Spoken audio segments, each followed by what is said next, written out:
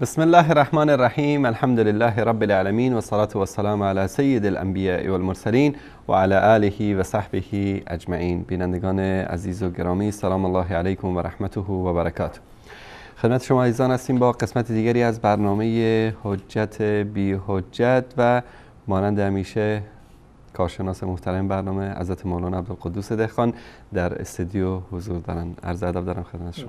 خدمت شما و تمامی بینندگان عزیز و ارجمند عرض ادب و سلام دارم. السلام علیکم و رحمت الله و برکاته و در خدمت شما عزیزان انشالله خواهم بود. سلامت باشید. بینندگان عزیز، همونطوری که میدونید در کتاب حجت کافی هستیم و خرافات و خزعبلاتی که به ائمه اهل بیت نسبت میدهند. در این هفته یکی از ادعای خرافی اینها را که ائمه ارکان زمین هستند رو مورد بررسی قرار میدیم و در خدمت حضرت مولانا هستیم و از شما میشنویم. الحمد لله رب العالمین و صلی الله علی نبینا محمد و علی آله و صحبه اجمعین. همین گونه که شما اشاره فرمودید، مورد بحث ما امروز باب 72 اصول کافی هست در کتاب الحجت به عنوان باب ان الائمه هم ارکان الارض. ادعا کرده آقای کلینی بعد از 20 سال تحقیق و پژوهش و جمع‌آوری این روایات که ائمه میخهای زمینند، ارکان زمین و پایه های زمین هستند که در واقع اگر این ارکان و پایه ها و ستون ها نباشند زمین از بین می رود یا به لرزش می افتد. این ادعایی هست که آقای کلینی در واقع مطرح کرده و بابی رو به عنوان در کتاب خودش عنوان زده و در حقیقت این باب رو یعنی بهتر هست که یک باب یعنی اسمش را یک چیز دیگری می گذاشت با توجه به محتویات این باب و روایاتی که در این باب جمع‌آوری کرده. این که ان الائمه هم ارکان الارض، این یک بخشی از این روایات هست، یعنی یک جمله رو از این روایاتی که در این باب اومده گرفته و عنوان این باب و این فصل در واقع قرار داده. در این باب ما چاری نداریم غیر از این که دو تا گزینه رو مطرح بکنیم، یا این که این حرفهایی که در این باب اومده، این ادعاهای پوچی که در این باب اومده، اینو نسبت بدیم به راویان شیعه که راویان شیعه هستند که چنین دروغ پردازی هایی رو کردند و چنین ادعاهای پوچ و دروغی رو نسبت دادن به سیدنا علی رضی الله تعالی عنه، یا این که بپذیریم که نه، راویان دروغ نگفتند و افترا نبستند، این افتراها علیاذ بالله از خود سیدنا علی رضی الله تعالی عنه باشد. زیرا که در این روایاتی که در اینجا اومده، 3-4 روایتی که در واقع هستند، یک طیفی از صفات الله متعال را و ویژگی های رسول الله صلی الله علیه و سلم را به علی دادند و در نهایتا تصریح کردند که علی از رسول الله صلی الله علیه و سلم برتر هست. این ادعای راویان شیعه هست یا این که ادعای خود علی باشد. اگر روایات دروغین هستند، این روایات و ادعاهای راویان شیعه هست، دروغی هست که راویان شیعه به ساحت سیدنا علی رضی الله تعالی عنه بستند، و اگر نه، راویان راست گفتند و عملا هم سیدنا علی رضی الله تعالی عنه این حرفها رو زده و این ادعاها را گفته، این هم در واقع ادعای پوچی هست از سیدنا علی رضی الله تعالی عنه که ما ساحت سیدنا علی رضی الله تعالی عنه را از چنین ادعاهایی که با قرآن و با سنت و با سیره ائمه اهل بیت و با عقل در تضاد هست و سراسر کفر و غلو هست، ما سیدنا علی رضی الله تعالی عنه رو از چنین ادعاهای پوچی در واقع مسئول میدونیم. ساحت ایشان مبرا هست، به هیچ عنوان ایشان چنین ادعایی رو نکردند، صفات الهی رو برای خودشون به خودشون نسبت ندادند، ویژگی های خاص رسول الله صلی الله علیه و سلم را ایشون ادعا نکردند. حرفی که مخالف قرآن باشد یا سنت باشد، حرفی که مخالف با سیره عملی خود ایشون باشد، حرفی که از آن بوی کفر بیاید و غلو آمیز و افراطی باشد، معاذ الله که سیدنا علی رضی الله تعالی عنه که شاگرد رسول الله صلی الله علیه و سلم هست و فرزند رسول الله هست، در خانه رسول الله صلی الله علیه و سلم تربیت شده، معاذ الله که سیدنا علی رضی الله تعالی عنه چنین حرفهایی رو بزند.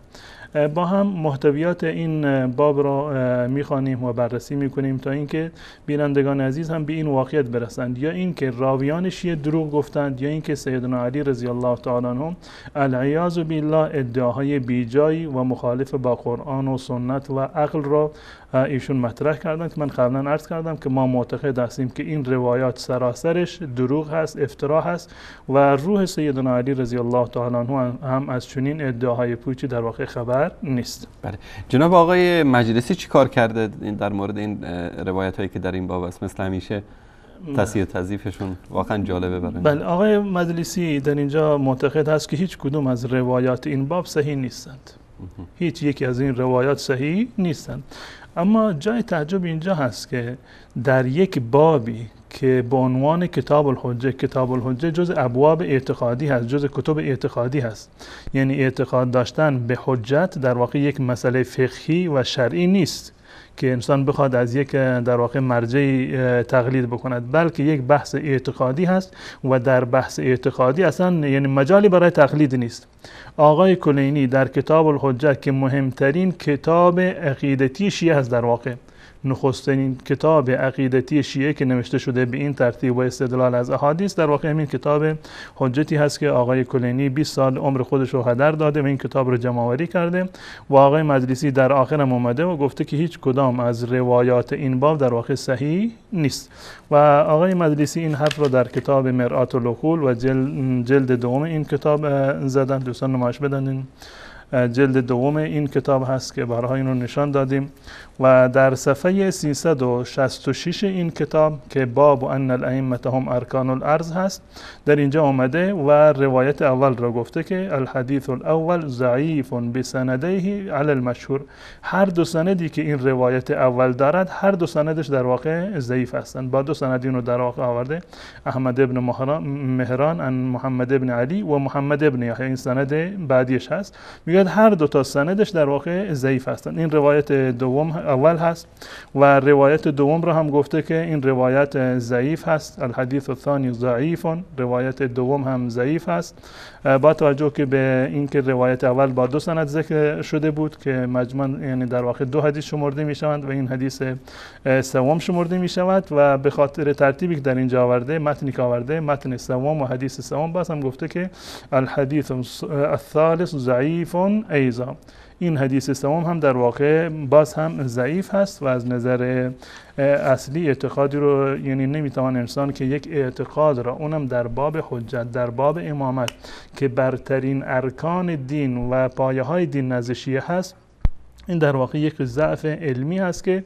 انسان در باب عقیده یک عقیده ای را که مبنای دین و مذهبش هست، یکی از وجوه تمایز شیعه با سنی هست، بیاد و این مورد را مستندش و مبنایش روایات ضعیفی باشه. با ادعای کلینی که گفته که در این کتاب روایات صحیح رو جمع کرده. بله، این واقعا جای یعنی تأمل هست. کسی در حد آقای کلینی، ثقة الاسلام کلینی، که در متقدمین شیعه مثل کلینی نداشتند، به این خاطر کتابش اولین کتاب مذهب شیعه هست و نزدیکترین فردی بوده که به ائمه بوده و معاصر با غیبت صغرا بوده در واقع و در زمان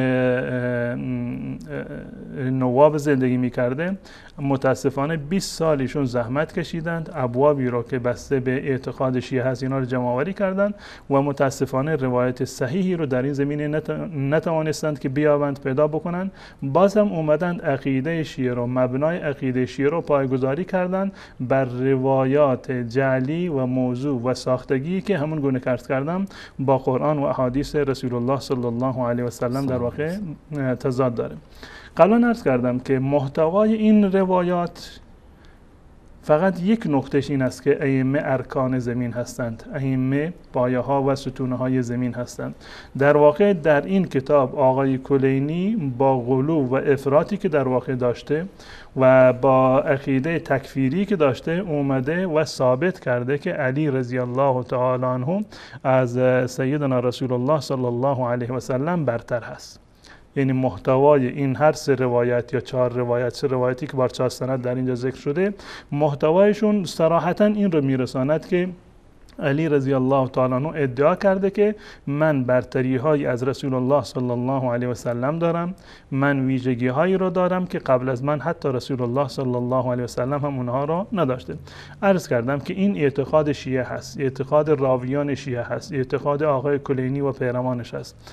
عقیده سیدنا علی رضی الله تعالی عنه در واقع نیست. با همین روایات رو مطرح میکنیم و میخوانیم انشالله. من از مدتی هست که به راویان زیاد نمیپردازم، زیرا وقتی که خود آقای مجلسی اعتراف کرده که این روایات ضعیفی هستند، دیگه نیازی به این نیست که ما در واقع بیایم روی راویان بحثی رو داشته باشیم و ضعف و غالی بودن یا اساساً متهم بودن این روایات رو برای شما ثابت بکنیم. وقتی که آقای مجلسی میگه این روایت ضعیفی هست، بدین معنی هست که راویانش در واقع راویان ضعیفی هستند و قابل اعتماد نیستند.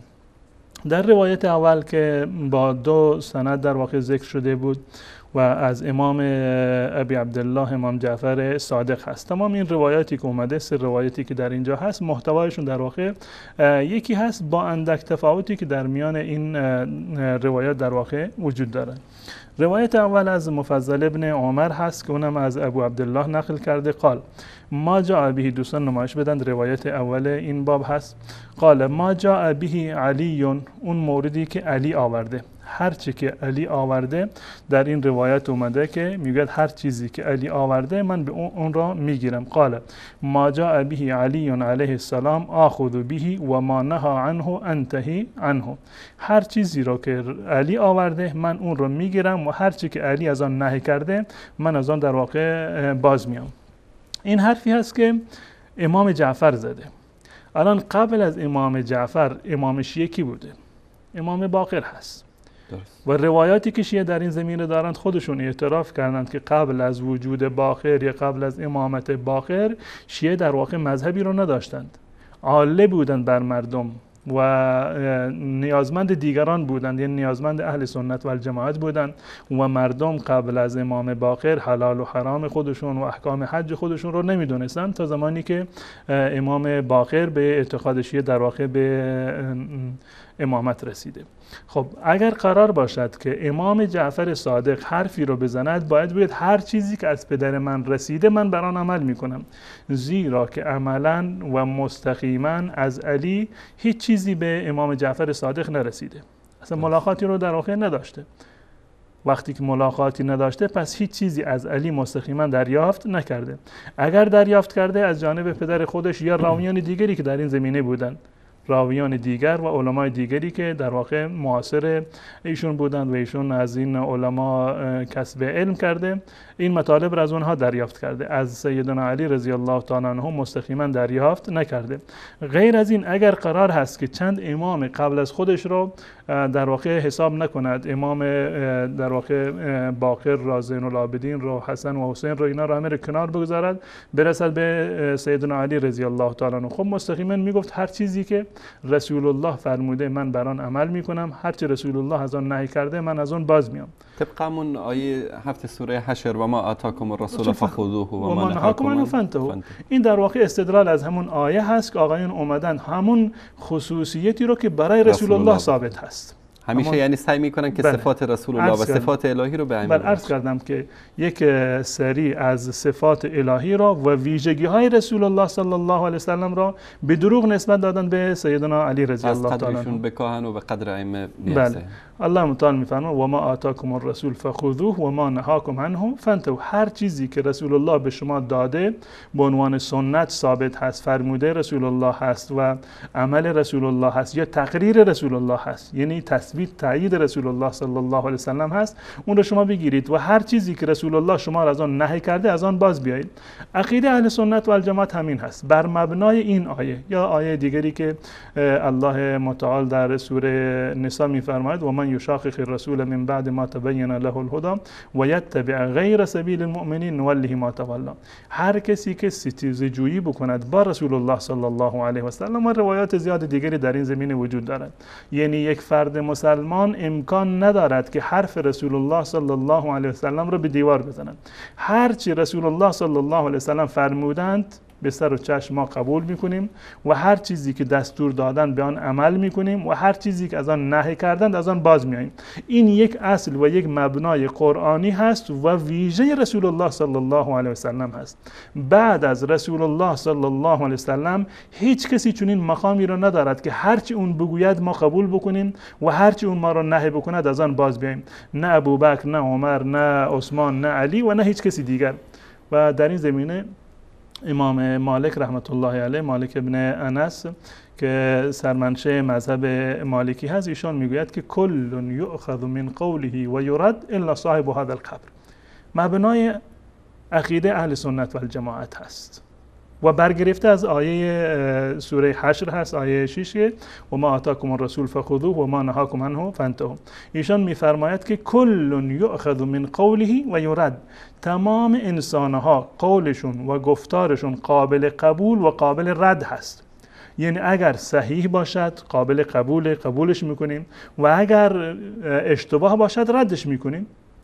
ما میتونیم که حرف هر کسی رو رد بکنیم. حرف ابوبکر باشد، عمر باشد، عثمان باشد، علی باشد، یا امام ابو حنیفه باشد، یا مالک، یا شافعی، یا هر کسی دیگری باشد. هر انسانی که در روی زمین آمده بعد از رسول الله صلی الله علیه وسلم قولش قابل اخذ و قابل رده.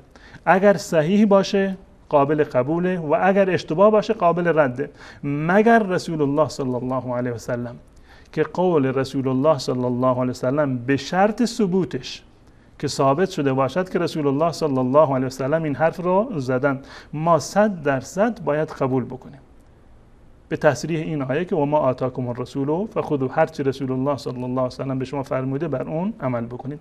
اما شیعه اومدند یا راویان شیعه اومدند و این ادعا را کردند که هر چیزی را که علی بیاورد ما قبول میکنیم. علی مگر چیزی دیگری را آورده؟ علی مگر مرتبط به وحی بوده که چیزی را بیاورد؟ علی از همان منبعی گرفته که ابوبکر هم از آن منبع گرفته، عمر هم گرفته، عثمان هم گرفته و ابو هریره هم گرفته، ازواج مطهرات امهات المؤمنین هم گرفتن و بقیه اصحاب رسول الله صلی الله علیه و سلم. تمام اینها شاگردان مکتب وحی و مکتب رسول الله صلی الله علیه و سلم بودند. به همان مقداری که علی استفاده کرده از رسول الله صلی الله علیه و سلم، دیگر صحابه هم استفاده کردند. و از این که بگذاریم، از نظر عملی وقتی که ما نگاه بکنیم، اون مواردی را که شیعه از علی نقل کردند بسیار ناچیز هست.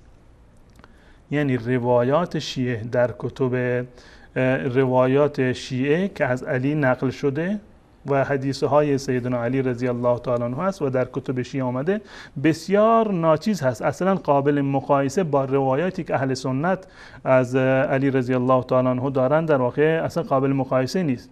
یعنی عملا شیعه چیزی رو از علی ندارد که امام صادق یا هر کسی دیگر ادعا بکند که هر چی که علی بگوید من قبول میکنم، هر چی که علی نگفته باشه من قبول نمیکنم.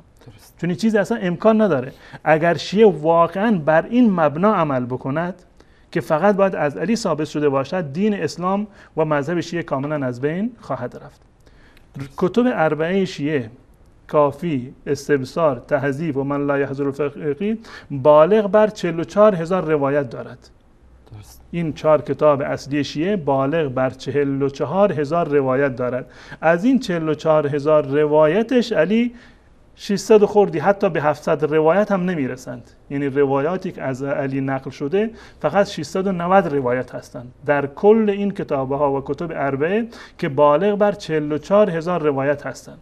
اما اهل سنت و الجماعت، در کتاب اهل سنت و الجماعت وقتی که ما نگاه میکنیم، فقط در کتاب مسند امام احمد ابن حنبل رحمت الله علیه که سرمنشه مذهب حنبلی هست، فقط و فقط در این کتاب 804 روایت از سیدنا علی رضی الله تعالی عنه ذکر شده.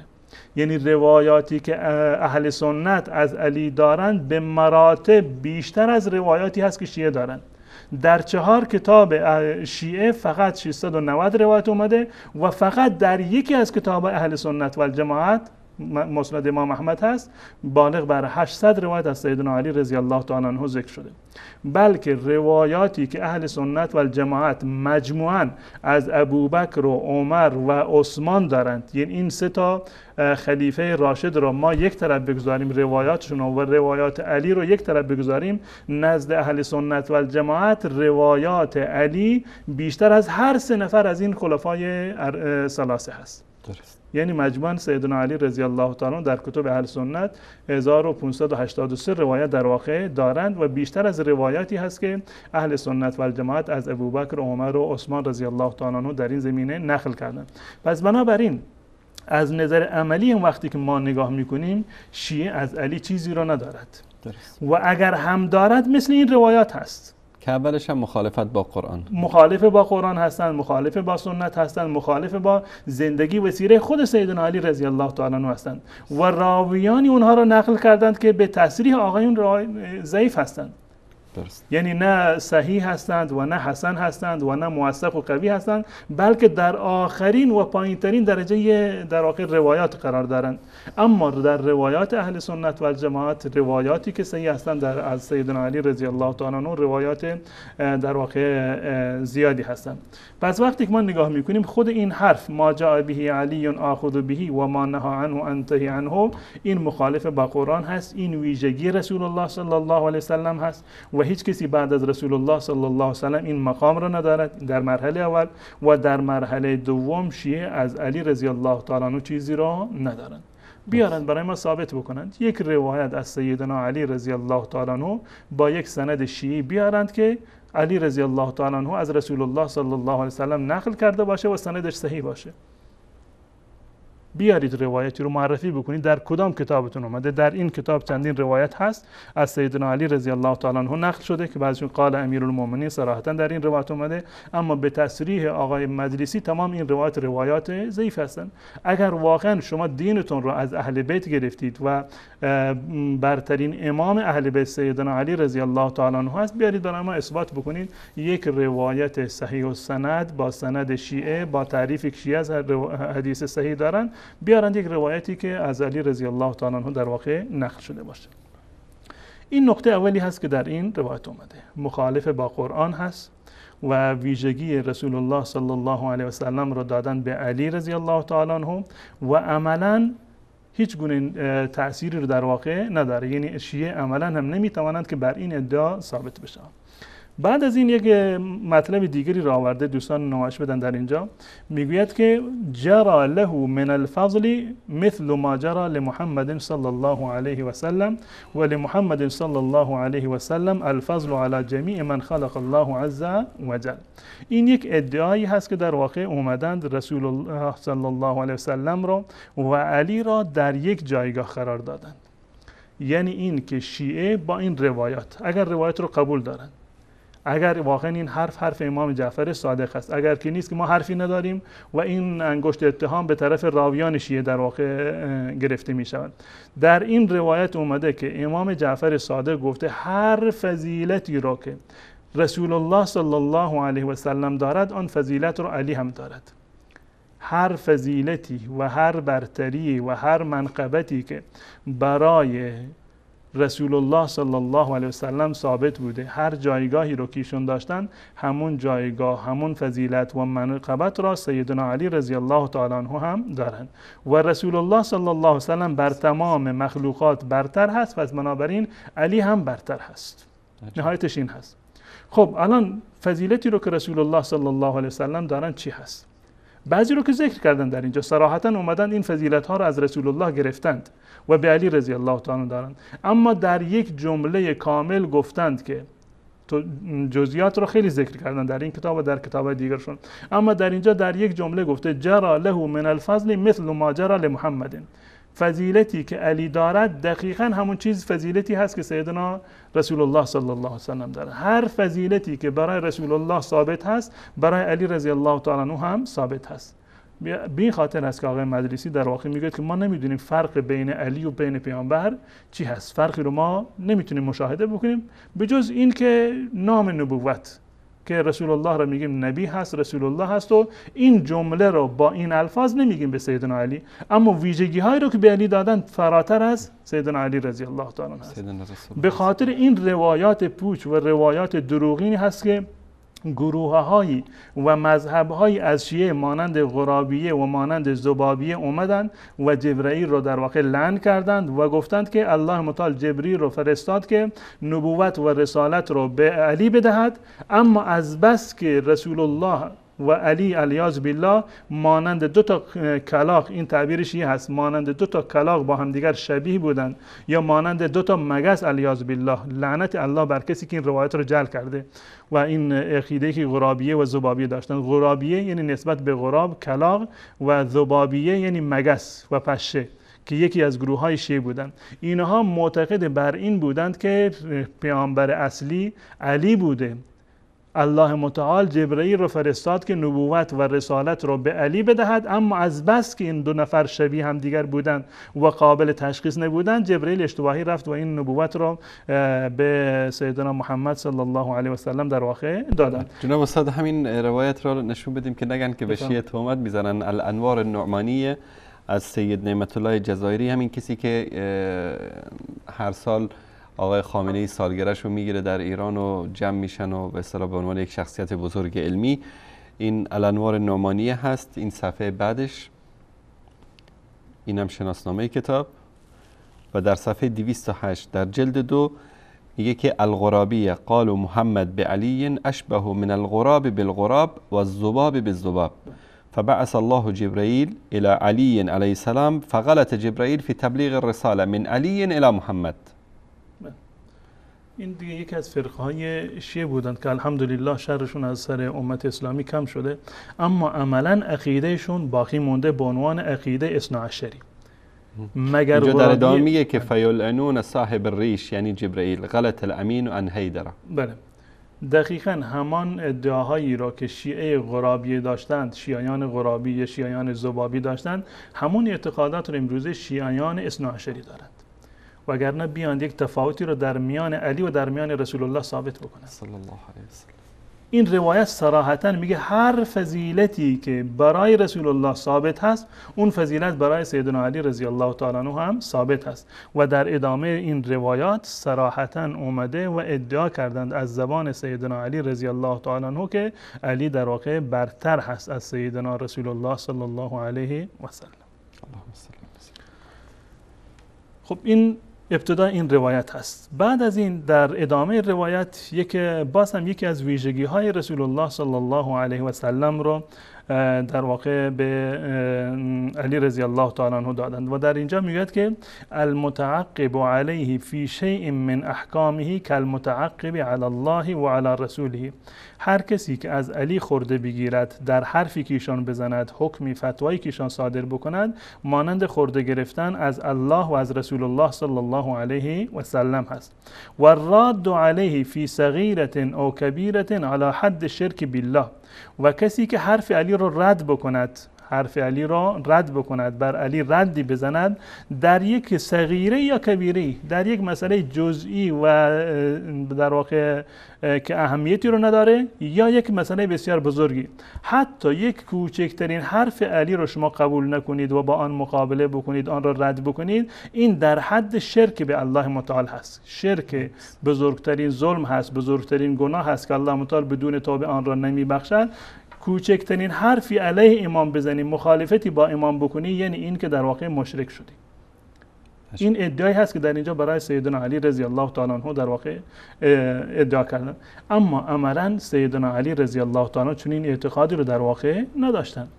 کسانی رو که در بزرگترین مسئله با حضرت علی رضی الله تعالی عنه اختلاف داشتند، بنابر اعتقادی که شیعه دارند، معتقد هستند که اصحاب رسول الله صلی الله علیه وسلم و در رأسشون اهل جمل و اهل صفین کسانی بودند اونگونه که شیعه ادعا میکنند که به خاطر این بوده که خلافت علی رو قبول نکردند، امامت علی رو قبول نکردند. آیا امامت نزد شیعه صغیره هست یا کبیره هست؟ مسئله جزئی و زیر پا افتاده هست یا یکی از بزرگترین ارکان و اصول مذهب شیعه هست؟ در یکی از بزرگترین ارکان و اصول مذهب شیعه تعدادی از معاصران سیدنا علی رضی الله تعالی عنه بنابر تعبیر شیعه با ایشون مخالف بودند، امامتشون قبول نکردند، امامت سیدنا علی رو قبول نکردند، خلافت رو و امامت رو نه تنها قبولش نکردند، غصبش کردند. عملا سیدنا علی رضی الله تعالی عنه با کسانی که و به کسانی که با ایشون مخالفت کردند، نه در یک صغیره بلکه در کبیره و اکبر الکبائر.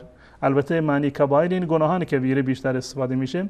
منظور از اینجا بزرگترین مسئله دینی و شرعی هست که امامت باشه و از دیدگاه شیعه بزرگترین اصل شریعت باشه. سیدنا علی رضی الله تعالی عنه کسانی رو که با ایشان جنگیدند، اهل جمل رو، اهل صفین رو که با سیدنا علی رضی الله تعالی عنه اومدند و جنگیدند، به هیچ عنوان اونها را کافر و مشرک و منافق در واقع ننامیده، بلکه اونها را برادر خود نامیده. بلکه اونها رو چی نامیده؟ برادر خود نامیده. اگر اجازه بدید من اینو نشون بدم. مستدرک الوسائل از میرزا حسین نوری تبرسی است. در اینم صفحه دومش، اینم شناسنامه کتاب. در اینجا در حدیث شماره 12445 در کتاب جهاد صفحه 68 میگه که از سیدنا علی پرسیدن سئل عن قتل جمل امشرکون هم، گفتن که کسایی که در جنگ جمل با شما جنگیدن کشته شدن مشرکین بودن. قال لا بل من الشرک فروا، بلکه اون از شرک فرار کردن. قیل فمنافقون، گفتن که آیا اونها منافق بودن؟ قال لا ان المنافقین لا یذکرون الله الا قلیلا، منافقین ذکر الله را نمیکنن مگر اندک. قیل فما هم، اونا کی بودن؟ قال اخواننا بغوا علینا فنصرنا علیهم، برادران ما بودن که بر علیه ما بغاوت کرده بودن، ما بر آنها پیروز شدیم. این تعبیر رو سیدنا علی رضی الله تعالی عنه در کتاب‌های مختلفی دارند که از ایشون نقل شده. در مستدرک شما آوردید و در وسائل اومده و در بحار الانوار اومده و تعبیرات دیگری، حتی در نهج البلاغه الاسناد اومده، در وسائل شیعه اومده و در بحار الانوار، بل حتی در نهج البلاغه هم در این زمینه در خطبه 207 هست از سیدنا علی رضی الله تعالی عنه در واقع نقل شده. دوستان اگر نمایش بدند این خطبه رو با هم دیگر مرور بکنیم. در نامه 122 هست، نامه 122 در کتاب نهج البلاغه و من کلام له علیه السلام، کلام 122 هست. در اینجا در صفحه بعدش، اینو به خوارج گفته، در صفحه بعدش در اینجا یک مطلبی را آورده و میگه ولکن انما اصبحنا نقاتل اخواننا فی الاسلام، ولکن انما اصبحنا نقاتل اخواننا فی الاسلام على ما دخل فيه من الزیغ والاعوجاج والشبهة والتعویل. من ترجمه رو که خود آقایان ترجمه کردن، من خود ترجمه نمی کنم. میگه لیکن امروز پیکار ما با برادران مسلمانی است. امروز پیکار ما با برادران مسلمانی است که دودلی و کجبازی در اسلامشون راه یافته و شبهت و تعویل با اعتقاد و یقین در بافته است. نهایتش این است که سیدنا علی رضی الله تعالی عنه همون گونه که روایتی رو که شما نشان دادید در اینجا میگه که برادران ما هستند، اخواننا فی الاسلام، برادران اسلامی ما هستند. منتها تعویلی رو دارند، نمیگه که مشرک هستند، کفر هستند، امامت رو قبول نکردند پس بنابراین کافر شدند. شبهه‌ای براشون ایجاد شده و تعویلی براشون ایجاد شده. برعکس شیعیان امروز که اونا رو کسی که در جنگ جمل و صفین با سیدنا علی جنگیدن اونا رو کافر میدونن. قطعا، و این خلاف عقیده سیدنا علی رضی الله تعالی عنه. من عرض کردم که این روایات برخلاف قرآن هست و برخلاف سیرت رسول الله صلی الله علیه و سلم و گفتار رسول الله و سیره ائمه اهل بیت رسول الله صلی الله علیه و سلم هست. و همچنین در کتاب بحار الانوار باز هم در این زمینه روایاتی هست که سیدنا علی رضی الله تعالی عنه صراحت دارد بر این که کسانی که با ما در واقع جنگیدند در واقع کافر نبودند، در حد کفر و در حد شرک در واقع نبودند. کتاب بحار الانوار هست، جلد 32 هست، دوستان نمایش بدند این رو، و جلد 32 در اینجا شماره جلد هم حک شده و صفحهش هم 323. در اینجا روایت 297 هست. البته این 324 میشه این صفحه به تعلق به صفحه بعدی دارن. در اینجا این روایتی کرده از ابن علوان از جعفر عن ابیه ان علی علیه السلام کان یقول لاهل حربه، که سیدنا علی رضی الله تعالی عنه به کسانی که با او جنگیدند میگفت، لاهل حربه، با اون کسانی که به سیدنا علی رضی الله تعالی عنه جنگیدن. چی میگفت؟ انا لم نقاتلهم علی التکفیر لهم ولم نقاتلهم علی التکفیر لنا. ما با اونها نجنگیدیم به خاطر اینکه ما اونها را کافر بگوییم، یعنی به این دلیل که اونها کافر باشند یا کافر شدند، مخالفت کردند با من، امامت من را قبول نکردند یا علیه امر من خروج کردند، به این خاطر که کافر شدند ما با اونها نجنگیدیم. انا لم نقاتلهم علی التکفیر لهم، به این مبنا که ما اونها را کافر بدانیم با اونها نجنگیدیم. ولم نقاتلهم علی التکفیر لنا، اونها ما را کافر نمیدونستند، نه ما اونا رو کافر میدونستیم نه اونها ما رو کافر میدونستن. ولکن رأینا ان علی حق و رأوا انهم علی حق. ما رأی ما این بود که ما بر حقیم، رأی اونها این بود که ما بر حقیم. یک بحث شبهه و تعویل بوده، بحث شبهه و تعویل بوده. من میگفتم من بر حقم، معاویه میگفته من بر حقم، در یک مسئله با هم دیگر اختلاف کردیم، اما نه معاویه ما رو کافر میدونسته و نه ما معاویه رو و همراهان و سپاهیانش را کافر میدونستیم.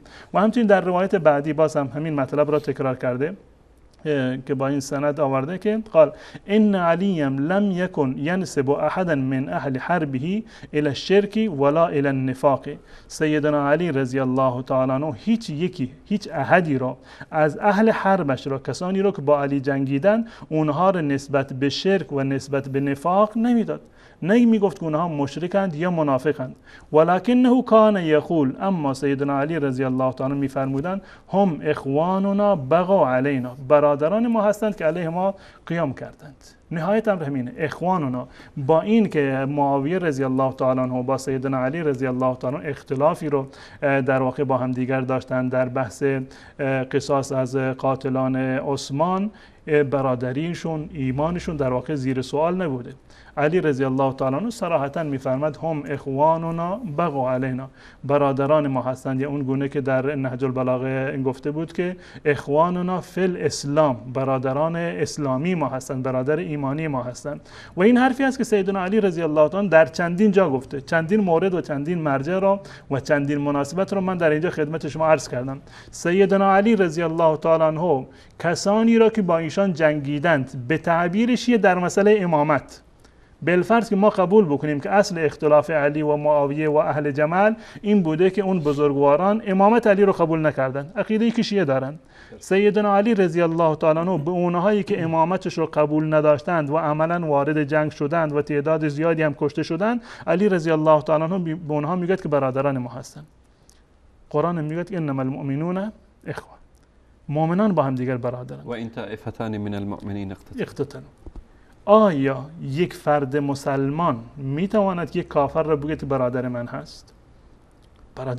برادری در میان مسلمان و کافر در واقع نیست. و جالب اینجا هست که فراتر از تمام این موارد عرض کردم که سیره ائمه اهل بیت رو وقتی ما نگاه میکنیم، سیره سیدنا علی رضی الله تعالی عنه، به طور مثال در جنگ جمل امام سیدنا علی بود، یعنی وقتی که نماز میخوندن هر دو طرف جنگ میومدن پشت سر سیدنا علی نماز میخوندند.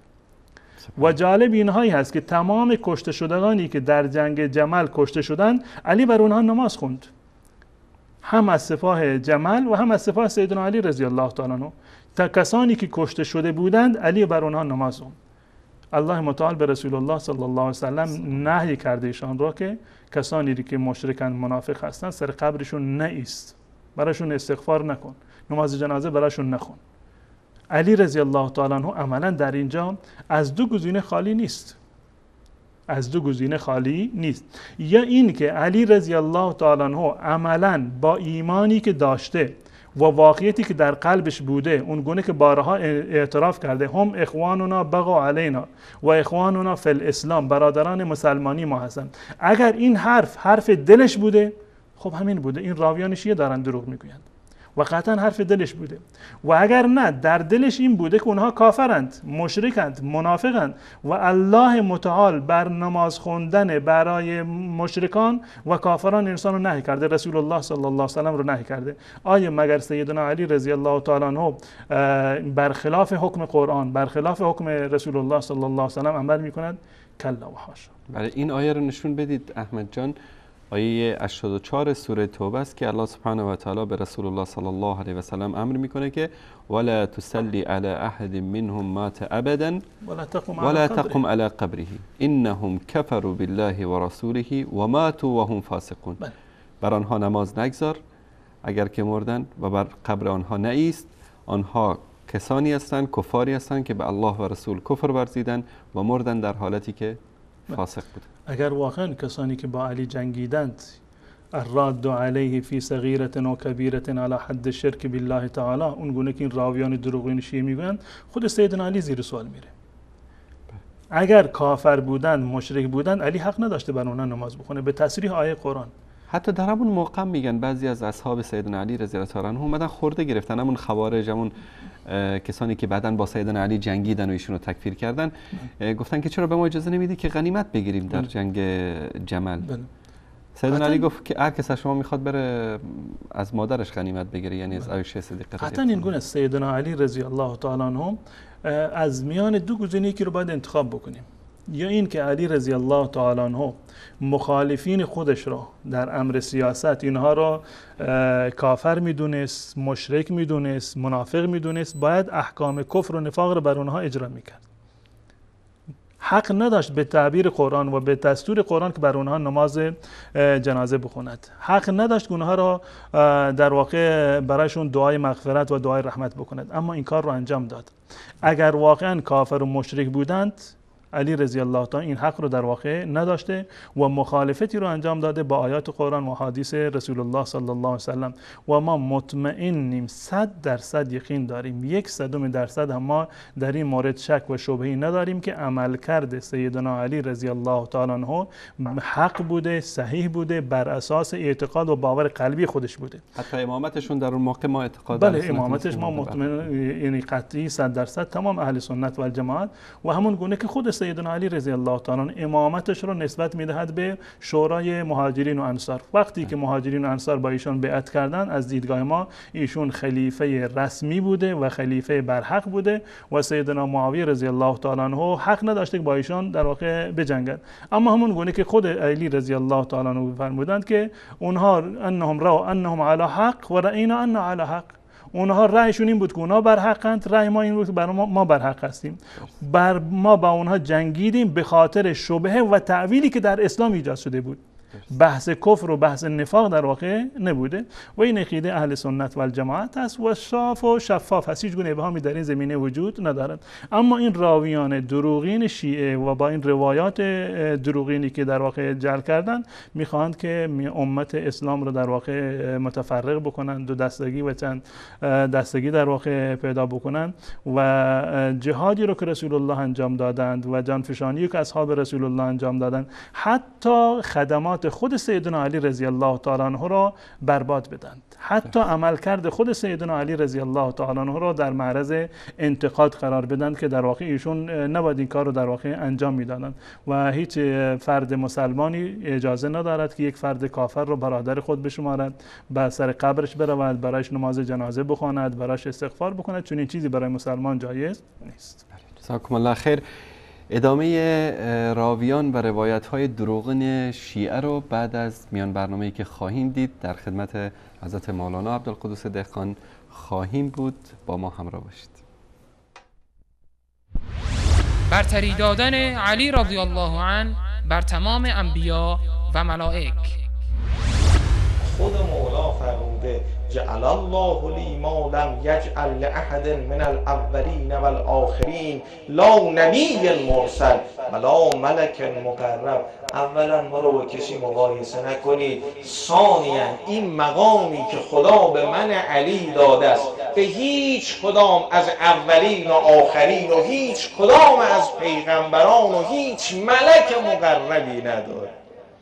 یا سلمان و یا جندب لقب اباذر غفاری است. جناب اباذر انا الذی حملت نوحا فی سفینه بامر الله، من علی بودم که دست نوح رو گرفتم سوار بر کشتی کردم. علی و همه انبیا زندگی کرده، من بودم دست نوح رو گرفتم سوار بر کشتی کردم.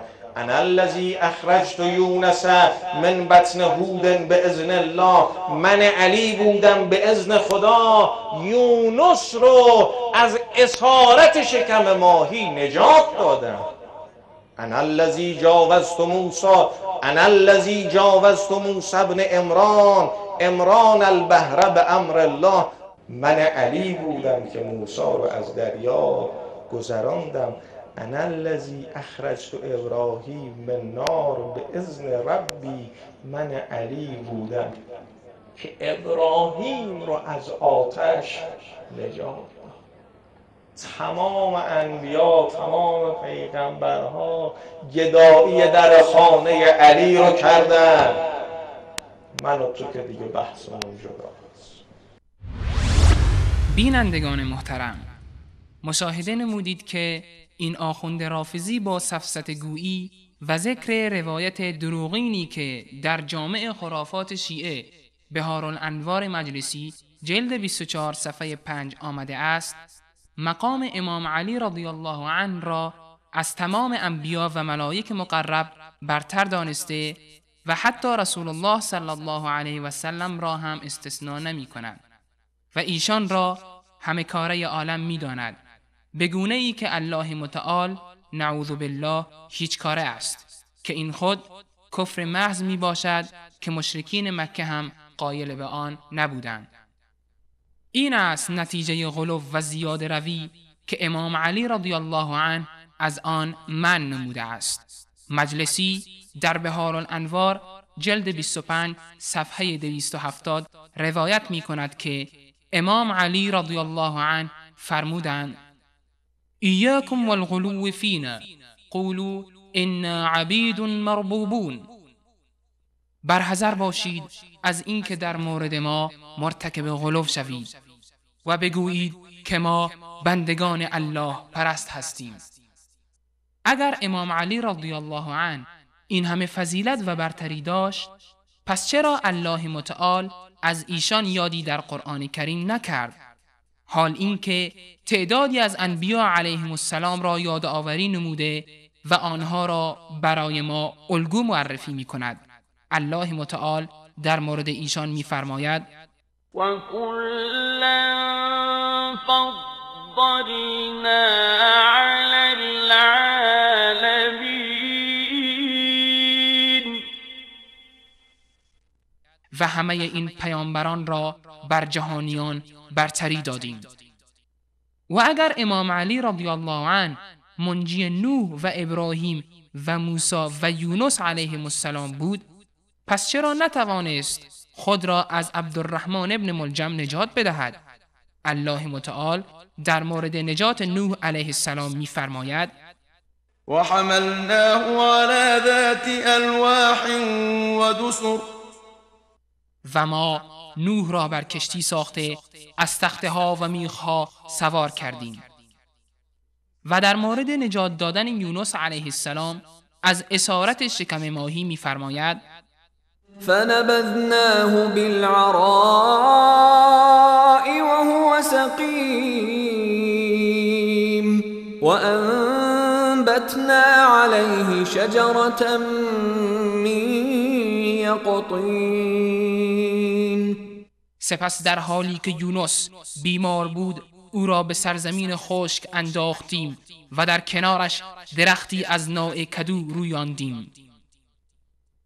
و در مورد گذراندن موسی علیه السلام و قومش از دریا می‌فرماید: رکونی بردا و سلاما علی ابراهیم.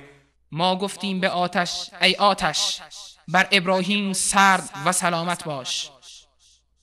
اما این آخوند برخلاف فرموده الله متعال میگوید که علی رضی الله عنه نوح علیه السلام را سوار کشتی نمود و یونس علیه السلام را از اسارت شکم ماهی نجات داد و موسی علیه السلام را از دریا گذرانید و ابراهیم علیه السلام را از آتش نجات داد. جناب ابوذر: انا الذی حملت نوحا فی سفینه بامر الله. من علی بودم که دست نوح رو گرفتم سوار بر کشتی کردم. علی و همه انبیا زندگی کرده. من بودم دست نوحو گرفتم سوار بر کشتی کردم. انا الذی اخرجت یونس من بطن هود به اذن الله. من علی بودم به اذن خدا یونس رو از اسارت شکم ماهی نجات دادم. انا الذی جاوزت موسی، انا الذی جاوزت موسی ابن عمران البحر به امر الله. من علی بودم که موسی رو از دریا گذراندم. انا الذی اخرجت ابراهیم من نار به اذن ربی. من علی بودم که ابراهیم رو از آتش نجات دادم. كبرت كلمة تخرج من أفواههم إن يقولون إلا كذبا. سخنی که از زبانشان برمی آید بس گران است، آنان جز دروغ نمی گویند.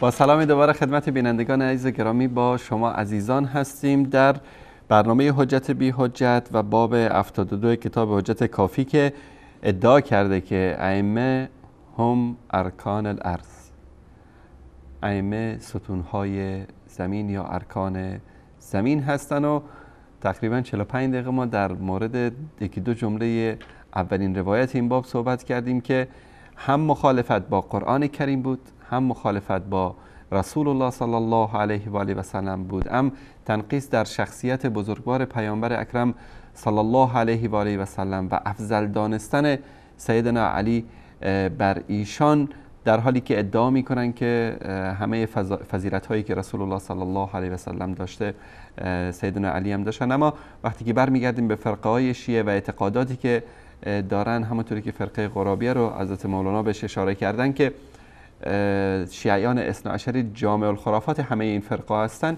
ادعاشون این بود که حضرت جبرئیل علیه بالله خیانت کرده و به جای اینکه وحی رو به سیدنا علی برسانه به رسول الله صلی الله علیه و آله و سلم رسانده و فرقه قرابیه معروف هستی که از فرقه شیعه. جناب حضرت مولانا ببینیم که چه دستگلایی باب داده بعد از این آقای کلینی. ادامه روایت آقای کلینی با راویانی که اونها رو انتخاب کرده در ظرف 20 سال از عمرشون که هدر داده، بعد از این مطلبی رو نقل کرده و میگوید که کان امیر المؤمنین باب الله الذي لا یؤتی الا منه. دوستان نمایش بدن این مرتبه. کان امیر المؤمنین باب الله الذي لا یؤتی الا منه.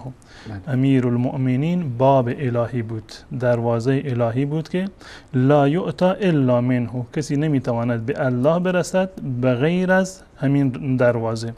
این مسئله بابیت یک مسئله معروفی هست در میان شیعه، همون گونه که ادعای نیابت کردند از امام مهدی، مسئله بابیت رو هم در واقع ادعا کردند. گروه بابیه‌ای که هستند و که جز راویان شیعه بسیار از اونها هستند و ادعای بابیت کردند برای امام مهدی یا برای دیگر بزرگانشون، این مسئله رو در واقع از این گرفتند و گفتند که باب الله علیاذ بالله، الله متعال نجات بده ما را از چنین اعتقادات و چنین شرهایی، اعتقاد میکنند که علی رضی الله تعالی عنه دروازه الهی بوده و که فقط و فقط باید از در علی وارد بشیم تا اینکه به الله متعال برسیم. یعنی اینکه در اینجا ادعا کرده که الله متعال در داشته و در الهی فقط سیدنا علی رضی الله تعالی عنه بوده. من یک نقطه رو که میخوام اشاره بکنم و توصیه میکنم به برادران شیعه خودمان: ای شیعیان عالم، ای پیروان مراجع، ای کسانی که پای منبر روزخوانان نشستید، اگر سواد و دانش دینی ندارید، لااقل اندکی عقل خود را به کار بیندازید، یک کم بیندیشید، یک کم تعقل بکنید. همین حرفی را که روزخوان میزند، مرجعش رو میزند، آقای کافی و کلینی و بقیه راویان شیعه میزنند و اینو شما از رادیو و تلویزیون و سر منبرها و در روزخوانی ها و حسینی ها میشنوید، اگر نمیدانید که مرجعش کجا هست، این روایت صحیحه صحیح نیست، نمیتونید این علم شرعی رو ندارید، حداقل یک کمی شما بیاندیشید، برای شما مشخص میشه، حقیقت از ضلالت برای شما کاملا مشخص میشه. در اینجا ادعا کرده که سیدنا علی رضی الله تعالی عنه باب الهی هست، دروازه الهی بوده. آیا قبل از ولادت الهی، قبل از ولادت سیدنا علی رضی الله تعالی عنه، الله متعال باب نداشته؟ بعد از این که علی مرد و از دنیا رفت، باب الله بسته شد؟ قبل از آفرینش اصلا آدم، علی رو بگذاریم، قبل از این که آدم ابوالبشر آفریده بشود، باب الهی کی بوده؟ اینو خیلی راحت جواب میدن حضرت استاد، میگن علی بود قبل از خلقت آسمان ها و زمین، نوری بود در آسمان ها بود که در روایت هاشون نشون داده. اصلا بهتره بگند که علی قبل از الله بوده. با این روایاتی که شیعه دارند، بین علی و بین الله متعال فرقی قائل نیست. همون کلیپ آخوندی رو که شاید بارها دیده باشید تو شبکه همیشه پخش میشه که یک روز گفتن که این کسی که وحی میاره به رسول الله صلی الله علیه و سلم کی است؟ حضرت جبرئیل خلاصه میگه پشت پرده خلاصه به من یه چیزایی رو میدن، منم میارم به تو. یک روز این پرده رو کنار کشید، دید که علی نشسته اونجا. روایت خیلی زیادی هست در کتاب بهارالانوار، روایاتی عرض کردم که تمام صفات الله متعال رو آوردن و اینها رو به در واقع حضرت علی رضی الله تعالی عنه تطبیق کردن که این که هست. مثلا قبل از علی باب الله کی بوده؟ خب علی مرد و رفت، الان باب الله کی هست؟ آیا علی اساساً باب هست یا نیست؟ بالفرض الان ادعا میکنند خب الان علی که رفته، اونگونه که در روایت اومده علی که رفته یک باب دیگه باز شده، در زمان علی باب شد. دوستان نمایش بدن این مطلب رو دوباره. کان امیر المؤمنین باب الله الذی لا یؤتی الا منه، در زمان خودشون باب ایشان بودن.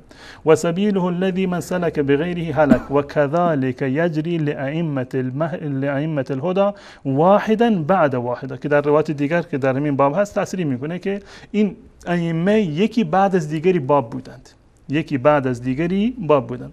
الان سوال الان اینجا هست برای شیعیان عاقل: آیا بابی که به عنوان علی بوده، آیا اون باب بسته شده یا باب هنوزم بازه؟ در اینجا میگه که این ائمه یکی بعد از دیگری باب الهی هستند، مقام بابیت رو دارن. آیا علی باب هست یا نیست؟ اگر باب هست، خب چه نیازی به بابهای دیگر هست؟ شما شیعیان معتقد هستید که امامان مرده و زندهشون یکیه، یعنی امام چه مرده باشد چه زنده باشد، تمام ویژگی های امام زنده را امام مرده هم دارد، تمام توانایی هایی را که امام زنده دارد اونها را امام مرده هم دارد. از دیدگاه شما در میان زنده و مرده تفاوتی نیست. اگر واقعا علی زنده هست، اگر علی همچنان باب الهی هست، چه نیازی به حسن و حسین و امروزه امام مهدی وجود داره؟ اگر معتقدید که باب علی، یعنی علی به عنوان باب الهی مرده، از دنیا رفته و این در بسته شده، چرا این همه علی رو صدا میزنید؟ یا علی یا علی و یا حسن و یا حسین میکنید؟ اگر باب هست، خب چه نیازی به بابهای دیگر هست؟ اگر باب نیست و این باب قفل شده و بسته شده، خب چه نیازی هست که امروزه اون رو در واقع صدا بزنید؟ اندکی اگر شما تعقل بکنید، بیاندیشید، مطمئن خواهید بود که در واقع این روایات جعلی هستند که ادعای راویانی هستند که فقط میخواستند که تعالیم صحیح و صریح اسلام رو در واقع دستکاری بکنند، خرافات و بدعات و عقیده های باطل رو بیاورند و در دین مبین اسلام در واقع بیامیزند. خب بعد از این نقطه آمده که عنوان باب هست. بعد از این نقطه‌ای هست که عنوان باب هست. میگه جعلهم الله ارکان الارض ان تمید باهلها. الله متعال این ائمه را ارکان و پایه های زمین قرار داده که مبادا که با اهلش، یعنی با اهل زمین، در واقع بلرزد. الله متعال ائمه را ارکان زمین قرار داده تا زمین در واقع لرزشی نداشته باشد و نجنبد و مردم را در واقع به اضطراب و پریشانی نرساند. خب این ادعا رو در واقع یکی از آیات قرآن رو اومدن تحریف کردند یا به تعبیر دیگر اینو در واقع تطبیق دادن بر ائمه خودشون. الله متعال در جاهای متعددی از قرآن کریم صراحتاً میفرمایند که ارکان زمین یا اون چیزهایی که باعث میشوند که زمین تعادل خودش رو حفظ بکند و زلزله‌ای رخ ندهد، در واقع آرام بگیرد، بستر فراهمی باشد برای زندگی، الله متعال اینو صراحتاً در قرآن در چندین مورد بیان فرموده که این کوه‌ها هستند. از نظر علمی هم امروزه ثابت شده که کوه‌ها ثقل زمین هستند که زمین رو در واقع تعادلش رو حفظ کردند و که در واقع آرام بگیرد. الله متعال در سوره نحل صراحتاً می‌فرماید و القا فی الارض رواسی ان تمید بکم. همین تعبیری که در اینجا اومده که ان تمید به اهلها، همین تعبیر در آیه قرآن اومده و القا فی الارض رواسی. الله متعال در روی زمین کوه‌هایی رو استوار کرد، اونها رو در واقع ثابت کرد بر زمین، میخکوب کرد. به چه خاطر؟ ان تمید بکم، که زمین در واقع مبادا که به لرزش در بیاد و بجنبد. و انهارا و سبلا لعلکم تهتدون. اینو صراحتا الله متعال میفرماد در سوره نازعات. الله متعال میفرماد والجبال ارساها. الله متعال کوه‌ها را کاشت در روی زمین، اونها را میخ قرار داد بر روی زمین به خاطر اینکه شما را نگه دارند. الان قرآن میفرماید که نگه دارنده های زمین رواسی کوه‌هایی هستند که الله متعال اونها را نگه داشته بر روی زمین، اونها را کاشته بر روی زمین تا اینکه تعادل زمین رو در واقع حفظ بکنند. راویان دروغگوی شیعه اومدند و میگن که جعلهم الله ارکان الارض ان تمید باهلها، که الله متعال در واقع ائمه را ارکان زمین قرار داد. خب همون سوالی رو که قبلا من عرض کردم، قبل از این که ائمه به دنیا بیایند، قبل از علی ارکان زمین کی بوده؟ رواسی کی بودند؟ چه کسی باعث نگه داشته شدن زمین بود؟ قبل از علی، اصلا قبل از آدم در واقع کی بوده؟ امروزه کی هست؟ آیا یک پایه هست؟ پایه های زیادی رو دارد، همه باید باشند یا یکی باید باشد؟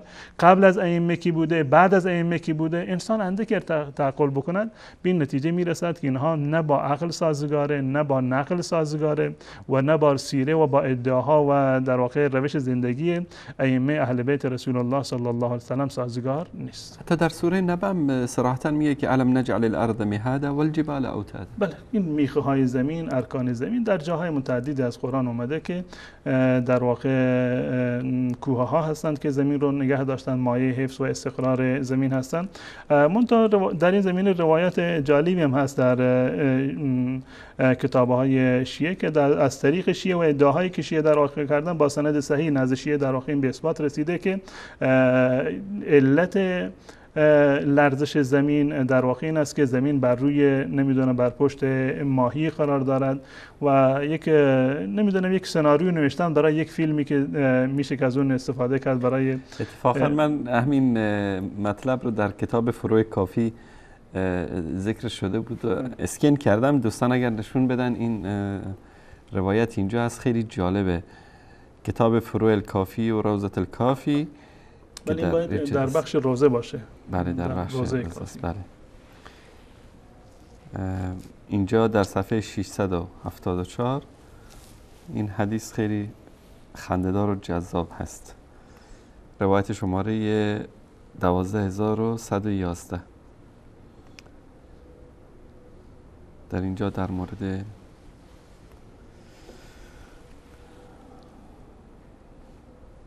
زمین میگه خلق 7 سماوات ومن الأرض مثلهن والسبع الأرضين بمن فيهن ومن عليهن على زهر ديك كحلقة الملقاة في فلاة قي والديك له جناحان جناح في المشرق وجناح في المغرب ورجلاء في التخوم والسبع والديك بمن فيهن ومن عليهن على الصخرة كحلقة الملقاة في فلاة قي والصخرة بمن فيها ومن عليها على زهر الهوت. این روایت طولانی است که میگه 7 طبقه آسمان تمام اینها بر روی پشت خروسه و خروس هم بر روی یک صخره هست و این 7 طبقه آسمان و این صخره سنگ تمام اینها بر روی پشت یک ماهی قرار دارند که ماهی خیلی بزرگی هست و به اندازی هست و در ادامه روایت اینو اگر این روایت باشه صراحتا آورده که وقتی که الله متعال یعنی بخواهد که زلزله صورت بگیرد یک ماهی کوچکی هست که اون در واقع در بینی اون ماهی بزرگ که زمین رو بر روی پشتش حمل میکند اون وارد میشه و اینطور نشان میده در واقع اون ماهی میترسه و به اضطراب و تپش در میاد و در نهایتش این در واقع زلزله رخ میدهد. این روایتی هست که در کتاب شیعه اونگونه که در روضه کافی اومده و روایات دیگری در کتاب شیعه دیگر شیعه با همین الفاظ و با همین محتوا در واقع اومده که ادعا کردند که این روایات صحیح است. بعید نیست و هست همین که در کتب اهل سنت همین روایات اسرائیلی درج کرده، چه بسا که بعضی از مفسرین اهل سنت و الجماعت این مطلب را ذکر کرده باشند، اما علمای اهل سنت و محققین اهل سنت و الجماعت بر باطل بودن این روایات، جعلی بودن و اسرائیلی بودن این روایات در واقع تصریح کردند. مانند علامه ابن قیم رحمت الله علیه در کتاب المنار المنیف صراحتا آورده این مطلب را رد میکند که زمین بر پشت در واقع ماهی باشه. خب اون روایتشون ادعا میکند که این زمین بر پشت ماهی هست و نمیدونم بر روی آب هست و بر روی خروسی هست، خروس روی سنگی هست و سنگ بر روی ماهی هست و ماهی نمیدونم در دریا هست و در اینجا ادعا کردند که در واقع ائمه کسانی هستند که زمین رو نگه می‌دارند. به هر صورت عرض کردم که اگر کسی اندکی عقل خودش را به کار بیاندازد مطمئن است که در واقع سیدنا علی رضی الله تعالی عنه چون این ادعای غیر منطقی را که برخلاف قرآن باشد و برخلاف سنت باشد و برخلاف عقل باشد نمیزند مگر راویانی که عقل ندارند یا شیعیانی که از عقل خودشون کار نمیگیرند میتونند که چون این روایاتی رو در واقع قبول بکنند، وگرنه هر انسان عاقلی که اندک علمی داشته باشد و اندک تدبری بکنه در این روایات به جعلی بودن این روایات یقین پیدا میکند. بعد از این اومده و یک مطلب دیگری رو ذکر کرده که وکان امیر المؤمنین صلوات الله علیه کثیرا ما یقول.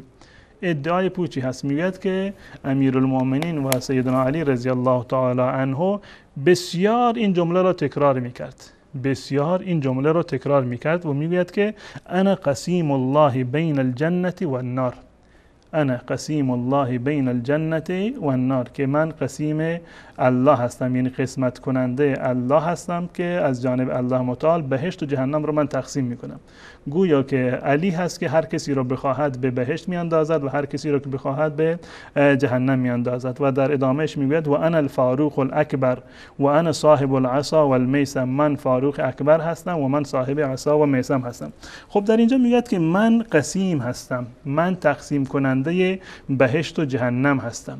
این در واقع هم با آیات قرآن در تضاد هست که جهنم در دست الله متعال هست، هر کسی رو که بخواهد به جهنم میاندازد. کسانی رو که در واقع لیاقت جهنم را دارند به خاطر گناه و کفر و شرکی که انجام دادند مستحق جهنم هستند و کسانی رو که مستحق ثواب هستند الله متعال اونها را به بهشت میبرد. غیر از این وقتی که ما سیره حضرت علی رضی الله تعالی عنه را بررسی میکنیم میبینیم که در تضاد با این مورد هست. کسی که خودش تقسیم کننده جهنم باشه یا به تعبیر آقایون داروغه جهنم باشه از جهنم میترسه؟ امکان نداره. وقتی که خودش همه کاره هست، هر کسی رو بخواهد به بهشت ببرد، هر کسی رو بخواهد به جهنم بیاندازد، در واقع ترسش معنی نداره. ترس داشتن از این که یعنی این که خود انسان به عاقبت و آخرت خودش مطمئن نیست، امیدوار رحمت الله متعال هست، منتها از عذاب الهی هم میترسد. یعنی بیم و امید دو بال ایمان هستند. انسان باید هم از الله متعال بیم داشته باشد و هم امید داشته باشد. البته این باید به صورت یعنی توازنی باید برقرار باشه، مساوات باشه.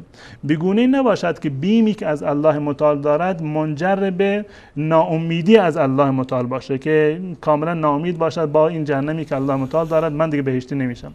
امیدوار هم باشد اما نه به اندازه‌ای که جهنم رو در واقع فراموش بکند، بلکه به حالت اعتدال این رو داشته باشد. سیدنا علی رضی الله تعالی عنه هم همین در واقع بیم و امید رو داشتند. از سیدنا عمر رضی الله تعالی عنه نقل شده که بالفرض اگر در روز قیامت اعلام بکنند که همه مردم جهنمی اند، یکی فقط بهشتی هست، من امیدوارم اون یکی نفر من باشم. اگر برعکسش اعلام بکنم که همه بهشتی هستن، یکی جهنمی هست، من میترسم که اون یک نفر منم نباشم. یعنی بیم و امید در کنار هم در واقع نگهدارنده انسان و تنظیم کننده اعمال و افکار انسان هستند. در این زمینه روایات متعددی هست از سیدنا علی رضی الله تعالی در کتاب‌های شیعه که ایشون در واقع میترسیدند از جهنم، حتی آرزو میکردند کاش به دنیا نمی آمدند، کاش به دنیا نمی آمدند، کاش خوراک درندگان می شدند و در واقع مبعوث نمی شدند و دوباره زنده نمی شدند در واقع و کسی که تقسیم کننده بهشت و جهنم باشد چون این چیزی به هیچ عنوان از اون سر نمی زند. و من قطعا می دونم که این مواردی که هست اینها ساخته و پرداخته راویان دروغگوی شیعه هست. دوستان این کتاب را نمایش بدند، کتاب بهار الانوار هست که بارها این کتاب را مشاهده کردم در جلد 43.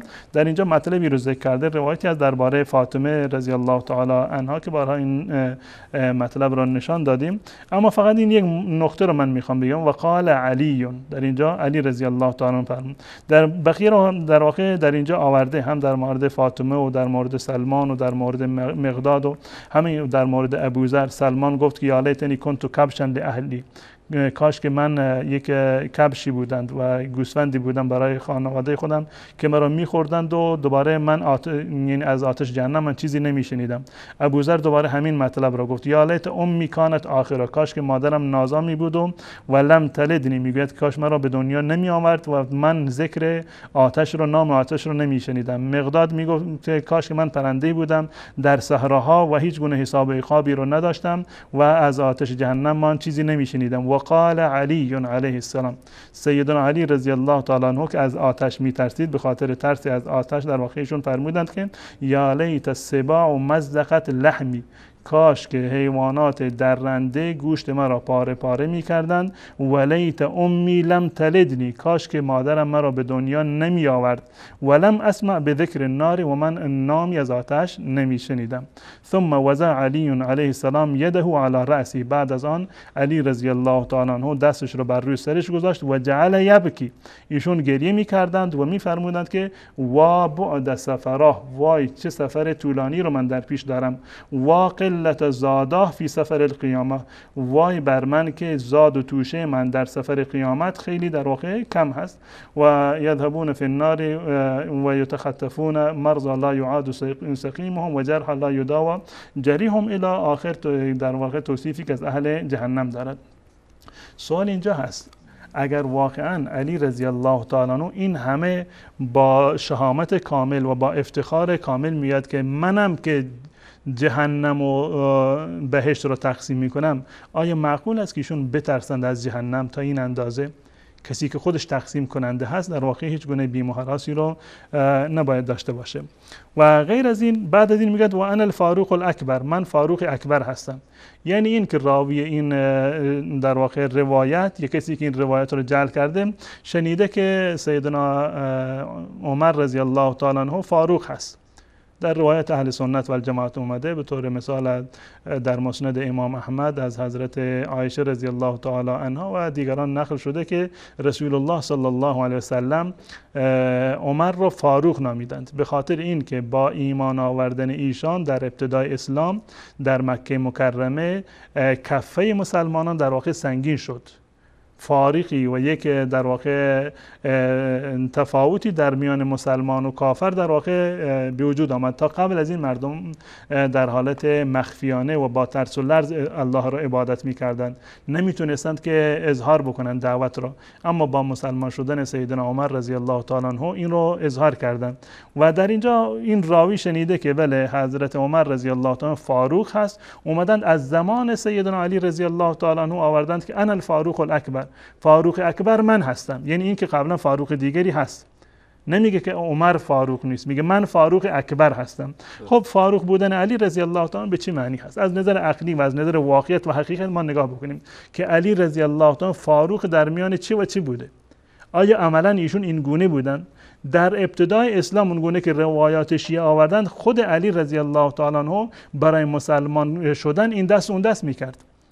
رسول الله صلی الله علیه و سلم ایشون دعوت داد، گفت نه صبر کن من برم از پدرم بپرسم. در ابتدای اسلام ایشون بچه‌ای بوده، 10 سال یا کمتر از 10 سال بودن که هیچ گونه نقشی در احداث و در اتفاقات قبل از هجرت از سیدنا علی رضی الله تعالی عنه ثبت نشده، بجز این که در روز هجرت ایشون در بستر رسول الله و در شب هجرت در بستر رسول الله صلی الله علیه و سلم خوابیدن، که این هم بنا بر روایات شیعه هیچ گونه فضیلتی برای علی نیست. بنا بر روایات اهل سنت فضیلت بزرگی است. علی رضی الله تعالی عنه در واقع با جان خودش بازی کرد و در بستر رسول الله صلی الله علیه و سلم خوابید. اما شیعه معتقد هستند که ایشون عالم الغیب بود، یعنی فردا رو میدونست، میفهمید که من نمیمیرم و وقتی که میفهمید که من نمیمیرم، میدونست که قطعا از این معرکه من نجات پیدا میکنم. خب فضیلتی نیست. وقتی که کسی مطمئن هست که در این مسابقه من برنده هستم، هیچ گونه ترس و لرزی رو هم در واقع نداره. از دیدگاه شیعه علی رضی الله تعالی عالم الغیب هست، ما کان و ما یکون رو میدوند. روایتی هست که انشالله میخونیم. پس بنابراین خوابیدنش در بستر رسول الله صلی الله علیه و سلم هیچ فضیلتی نیست. اما از دیدگاه اهل سنت فضیلت بسیار بزرگی هست، زیرا که این احتمال وجود داشت که ایشون در واقع کشته بشوند. این تنها موردی هست که از علی رضی الله تعالی عنه قبل از هجرت در واقع نقل شده. نقشی را که سیدنا حمزه رضی الله تعالی عنه داشتند از اهل بیت رسول الله و عمر رضی الله تعالی عنه قبل از در واقع هجرت داشتند در ظهور و آشکار بودن اسلام و در اینکه فاروق بودند، این دو بزرگوار در میان حق و باطل، این نقش رو سیدنا علی رضی الله تعالی عنه نداشته. پس بنابراین علی کجا فاروق اکبر بوده؟ قبل از هجرت ایشون نقشی رو نداشتند که فاروق باشند در میان حق و باطل. اون نقشی رو که عمر داشته، اون نقشی رو که سیدنا حمزه داشته، علی رضی الله تعالی عنه نداشته. حتی نقشی که بقیه داشتن، ابوبکر و در واقع عثمان و بقیه بزرگواران داشتن، اون نقش رو سیدنا علی رضی الله تعالی عنه به خاطر موقعیت سنی خودش اون نقش رو و اون جایگاه رو در واقع نداشت. و در زمان خلافتشون هم هیچ گونه فاروقی بین حق و باطل ایشون نبودن، بنابر اعتقاد شیعه که میگه دین اصلی رو نتونستند اجرا بکنن، متعه رو نتونستند اجرا بکنن، فدک رو نتونستند باز بگردانند و خیلی از مسائل اون گونه که در روایت اومده که بدعت‌های خلفای گذشته رو نتونستند که اصلاح بکنن. فاروق بین حق و باطل نبود. در زمان خلافت ایشون هم جنگ‌های داخلی بود، در میان ایشون و در میان معاویه و در میان اهل جمل در واقع اختلافاتی بود و هیچ کدوم از اینها به صورت کامل در واقع فیصله نشد. در زمان خلافت سیدنا علی رضی الله، بله علی رضی الله تعالی فضایلی رو داره و افتخاراتی رو داره که بسیاری از اصحاب رسول الله صلی الله علیه و سلم نداشتن، مانند جنگ خیبر. اما این گونه که ایشون فاروق اکبر بنامیم، قبل از هجرت چنین چیزی نبوده و در زمان بعد از هجرت هم ایشون در کنار بقیه اصحاب رسول الله صلی الله علیه و سلم بودن، همگام با بقیه بودن و در این زمان خلافتشون هم ایشون فاروق اکبر در واقع نمیتونیم که ایشون فاروق اکبر بنامیم. بعد از این اومده میگه انا صاحب العصا و المیسم، من صاحب عصا و میسم هستم. اینو من میگذارم برای یعنی آخر برنامه. و یک ادعای دیگری رو که در اینجا کرده میگه ولقد اقرت، دوستان نمایش بدم، ولقد اقرت لی جمیع الملائکه، همین حرفی که در این کلیپ هم پخش شد که تمام فرشتگان و روح یعنی جبرائیل و پیامبران اقرار کردند. ولقد اقرت، اقرار کردند برای من، اعتراف کردند تمام فرشتگان، جبرائیل و تمام پیامبران به مثل ما اقروا به لمحمد، دقیقاً مانند همون چیزی که اقرار و اعتراف کردند برای محمد. رسول الله صلی الله علیه و سلم، سیدنا محمد صلی الله علیه و سلم چه چیزی رو اعتراف کردند؟ فرشتگان اعتراف کردند، در واقع روح اعتراف کرده که پیامبر و پیامرسان وحی بوده، بقیه پیامبرانی که در قرآن از اونها ذکر اومده اعتراف کردند بر این که محمد صلی الله علیه و سلم خاتم النبیین هست. آیا علی رضی الله تعالی خاتم النبیین بوده؟ همون فضیلتی رو که رسول الله داشته همون فضیلت رو علی داشته. همون چیزی رو که فرشتگان و رسول برای رسول الله صلی الله علیه و سلم اعتراف کردند، اون رو برای علی هم اعتراف کردند. ولقد حملت ولقد حملت علی مثل حمولته، همون باری رو که بر دوش پیامبر بود همون بار بر دوش من هم هست. و هی حمولت الرب، بار الهی هست، یعنی همون باری رو که الله متعال بر دوش پیامبر گذاشته اونو بر دوش من در واقع هم گذاشته. این ادعای همون در واقع ظاهرا نبوت هست، باری رو که برگردن رسول الله بوده، چیزی غیر از نبوت و رسالت نبوده. و اعترافات دیگری و ادعاهای بیجای دیگری که در اینجا آمده در این روایت که این قطعا از راویان دروغگوی شیعه است. میگوید که و این رسول الله صلی الله علیه و سلم یدعا فیکسا، الله متعال در روز قیامت نبی رسول الله صلی الله علیه و سلم را صدا میزند، فرا خوانده می شود و حله بیشان پوشانده می شود و ادعا فاکسا، و من هم صدا کرده می شوم و پوشانده می شوم. یعنی همون فضیلتی رو که برای رسول الله اومده اینو برای خودش در واقع ادعا کرده. این برگرفته از روایتی هست که از طریق اهل سنت و الجماعت روایات صحیح در این زمینه اومده. به طور مثال در سنن ترمذی از حضرت ابو هریره رضی الله تعالی عنه نقل شده که رسول الله صلی الله علیه و سلم فرمودند که انا اول من تنشق عنه الارض، من اولین کسی هستم که زمین شکافته می شود و من زنده می شوم. فاکسا حلة من حلل الجنه، و یک حله و لباس بهشتی به من در واقع پوشانده می شود. این ادعا رو سیدنا علی رضی الله تعالی عنه برای خودش هم در اینجا مطرح کرده. و یستنطق و استنطق، از رسول الله صلی الله علیه و سلم ایشون استنطاق می شوند، یعنی از ایشون حرف گرفته می شود، اعتراف گرفته می شود، بهشون مجال داده می شود که صحبت بکنند، به من همین مجال داده می شود. فانطقوا علی حد منطقه، در حد گفتار رسول الله من سخن می گویم، یعنی پای گذاشته تو کفش رسول الله صلی الله علیه و سلم، همون گونه که رسول الله صحبت میکند در حد منطق و در حد فصاحت و بلاغت و شیوایی رسول الله من هم دارم صحبت میکنم. خب تا اینجا چیزایی هستن که ادعا میکند که با رسول الله ما یکی هستیم. همون حله‌ای که به ایشون پوشانده میشه به من پوشانده میشه، از ایشون اعتراف گرفته میشه، یا ایشون شاهد هستند، شفیع هستند، منم هستم، ایشون نطق میکند منم نطق میکنم و تمام مواردی که قبل از این هست. و بعد از این ادعایی هست که واقعا بیجا هست، یعنی این ادعاهایی هست که قطعا سیدنا علی رضی الله تعالی عنه چنین ادعاهایی رو نکرده. میگه ولقد اعطیت خصالا، من یک خصلت هایی رو دارم، برتری ها و ویژگی هایی رو دارم که ما سبقنی الیها احد قبلی، که قبل از من هیچ کس نداشته. چیزهایی رو که مشترک بوده بین خودش و بین رسول الله اونا رو قبلا بیان کرده. و بعد از این میگه من خصلت هایی دارم که قبل از من هیچ کسی اونها رو نداشته. علمت المنایا والبلایا والانصاب و فصل الخطاب. علم منایا، منیه به معنی مرگ، این که مردم یعنی چه وقتی در واقع میمیرند، اجل در چه وقتی میآید و چه بلایی میآید، و علم انصاب و فصل خطاب را اینها رو من میدونم. فلم یفتنی ما سبقنی، چیزی که گذشته از من یعنی قبل از من بوده اون هم میدونم، چیزی از من فوت نشده. ولم یعزب عنی ما غاب عنی، و چیزی که از من دور هست، غایب هست، از من چیزی در واقع پوشیده نیست. این در واقع همون ادعایی هست که صفاتی است که برای الله متعال در واقع ذکر شده که صراحتا این رو علی رضی الله تعالی عنه برای خودش ادعا کرده. در روایات قرآن، در آیاتی که در قرآن کریم هست، صراحتا الله متعال در سوره لقمان میفرماد و ما تدری نفس ماذا تکسب غدا، هیچ انسانی نمیداند که فردا چه اتفاقی میافتد، چه کاری رو فردا انجام میدهد. و ما تدری نفس بأی ارض تموت، و هیچ کس نمیداند که در کجا میمیرد. این فرموده الله متعال است. و علی رضی الله تعالی عنه از این قاعده در واقع مستثنا نیست. و در مورد الله متعال در مورد خودش میفرماد عالم الغیب لا یعزب عنه مثقال ذره فی السماوات ولا فی الارض. الله متعال عالم الغیب هست و هیچ ذره از آسمان ها در آسمان ها و زمین از الله متعال پوشیده نیست. همین تعبیر رو علی رضی الله تعالی برای خودش اینجا آورده. حاشا و کلا که این حرف سیدنا علی رضی الله تعالی عنه باشه، بلکه ادعای دروغین راویان شیعه هست. و این علم منایا رو که در اینجا میگویند عرض کردم، هم مخالف با قرآن هست که ایشون علم غیب رو نداشتن، دو تا آیه رو که من خوندم، هم مخالف با سیره خود سیدنا علی رضی الله تعالی عنه هست. این حرف دروغ رو ما قبول بکنیم یا حرفای دیگر سیدنا علی رو؟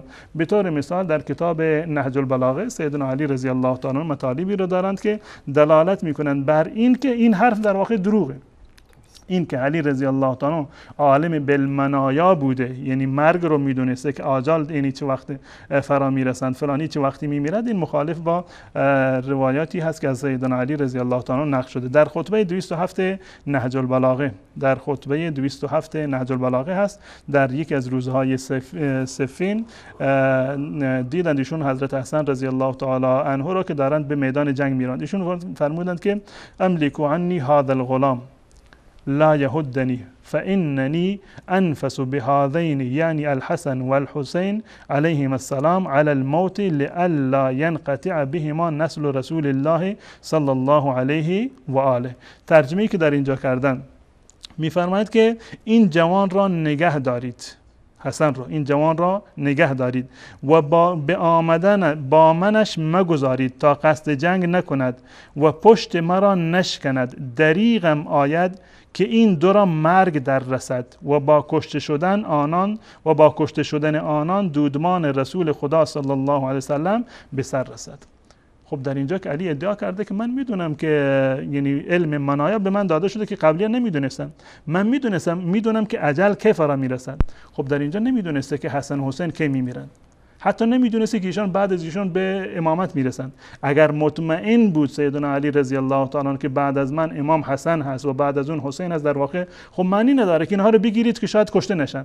خب مگر خبر نداشته که آقای کلینی بابی زده که لا یموتون الا باختیارهم و میدونند که کجا میمیرند، کی میمیرند، با اجازه خودشون میمیرند و نمیدونسته که آقای کلینی ادعا میکنه که علی ادعا کرده که من علم منایا رو دارم. و در جای دیگر در همین کتاب در نامه 24 این کتاب در نامه 24 میگه که و انه یقوم بذلك الحسن بن علی، وصیت ایشون هست، و انه یقوم بذلك الحسن بن علی یأکل منه بالمعروف و ينفق في المعروف فإن حدث بحسن حدث و حسین حی قام بالامر بعده و اصدر مصدره. وصیت ایشون هست که میگه که حسن ابن علی نگهداری مال مرا عهدهدار شود، یعنی در مورد مالی که از ایشون باقی مانده، حسن ابن علی نگهداری مال مرا عهدهدار شود، خود از آن مصرف نماید و بی دیگری ببخشد، آنسان که روا بود و شاید. اگر برای حسن حادثه‌ای پدید آید و حسین زنده باشد، او پرداختن بدین کار را شاید، وصیت را انجام دهد چنان که باید. یعنی میگه اگر زمانی که در واقع حسن از دنیا رفت و حسین زنده بود، این وصیت به اون باید بشه. یعنی ایشون نمیدونستند که حسن قبل از حسین در واقع از دنیا میراد. میگه اگر حسن از دنیا رفت و حسین زنده بود، اون وقت جانشین من در این مال و وصیت من میشود حسین. خب این روایت هست و روایت دیگری هم از در کتاب بهار الانوار از ایشون نقل شده که ایشون به هیچ عنوان از مرگ فرزندان خودشون هم خبر نداشتن، نمیدونسته که خودش کی میمیرد، نمیدونسته که حسن و حسین در واقع کی میمیرند و اگر نه هیچ وقت چنین حرفی رو در واقع نمیزدن. پس بنابراین این ادعاهایی که در اینجا کرده که من این خصلت ها رو دارم، خصلت های پوچی هست، با آیات قرآن در تضاد هستند و با گفتار خود سیدنا علی رضی الله تعالی عنه در تضاد هستند و اینها ساخته و پرداخته راویان شیعه هست و به هیچ عنوان ربطی به اهل بیت رسول الله، به حضرت علی رضی الله تعالی عنه و به امام جعفر و باقر رضی الله تعالی عنهم اجمعین نداره. جزاکم الله خیر. جناب استاد یک حدیث رو بیان کردید و 1 ساعت و نیم گذشت. حالا 30 دقیقه‌ای که ما برای بینندگان اختصاص دادیم در خدمت شما هستم و بینندگان عزیز زنده باشید. میان برنامه خیلی کوتاه می‌بینیم و بعد از ان شاءالله شماره تلفن‌های برنامه از طریق دوستانمون در اتاق فرمان اعلان خواهد شد و دوست داریم که اشهد ان لا اله الا الله و اشهد ان محمد رسول الله و اشهد ان علی عبد الله. الله اکبر، الله اکبر.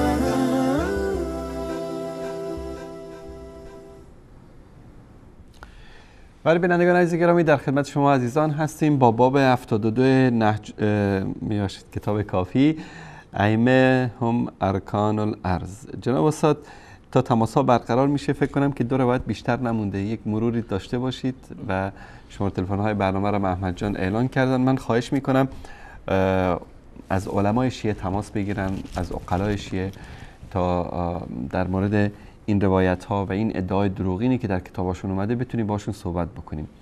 و اگر که میخواید بحث‌ها و صحبت‌های آزاد بکنید و موضوعات دیگری رو مطرح بکنید انشاءالله در برنامه آن روی سکه من در خدمت شما خواهم بود.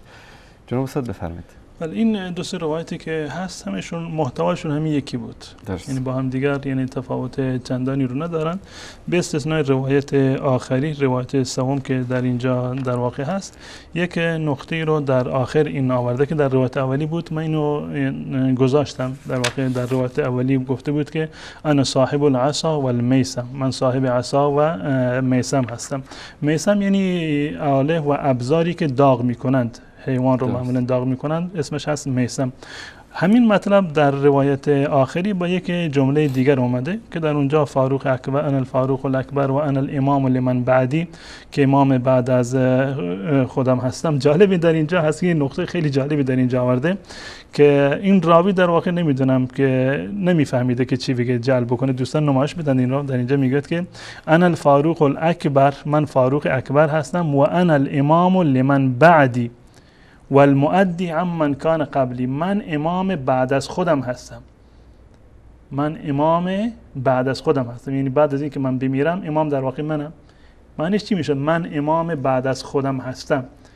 این راوی یادش نبوده که بعد از علی رضی الله عنه بنابر عقیده شیعه حسن امامه، بعدش حسن هست و حسین هست و ائمه دیگر. ایشون در این روایت ادعا کرده که من امام بعد از خودم هستم، نه امام بعد از رسول الله، نه امام زمان خودم. من انا الامام لمن بعدی، امام کسانی هستم که بعد از من در واقع هستن. در صورت در این روایت اومده یک نقطه دیگر که در اینجا هست، میگه و اینی لصاحب الکرات، من صاحب کرات هستم. من صاحب کرات هستم. کرات این یعنی به معنی مرتبه هست و در اینجا هم گفته ای الرجعات الی الدنیا، یعنی بازگشته ها به طرف دنیا، یعنی این که من چندین مرتبه به دنیا باز میگردم.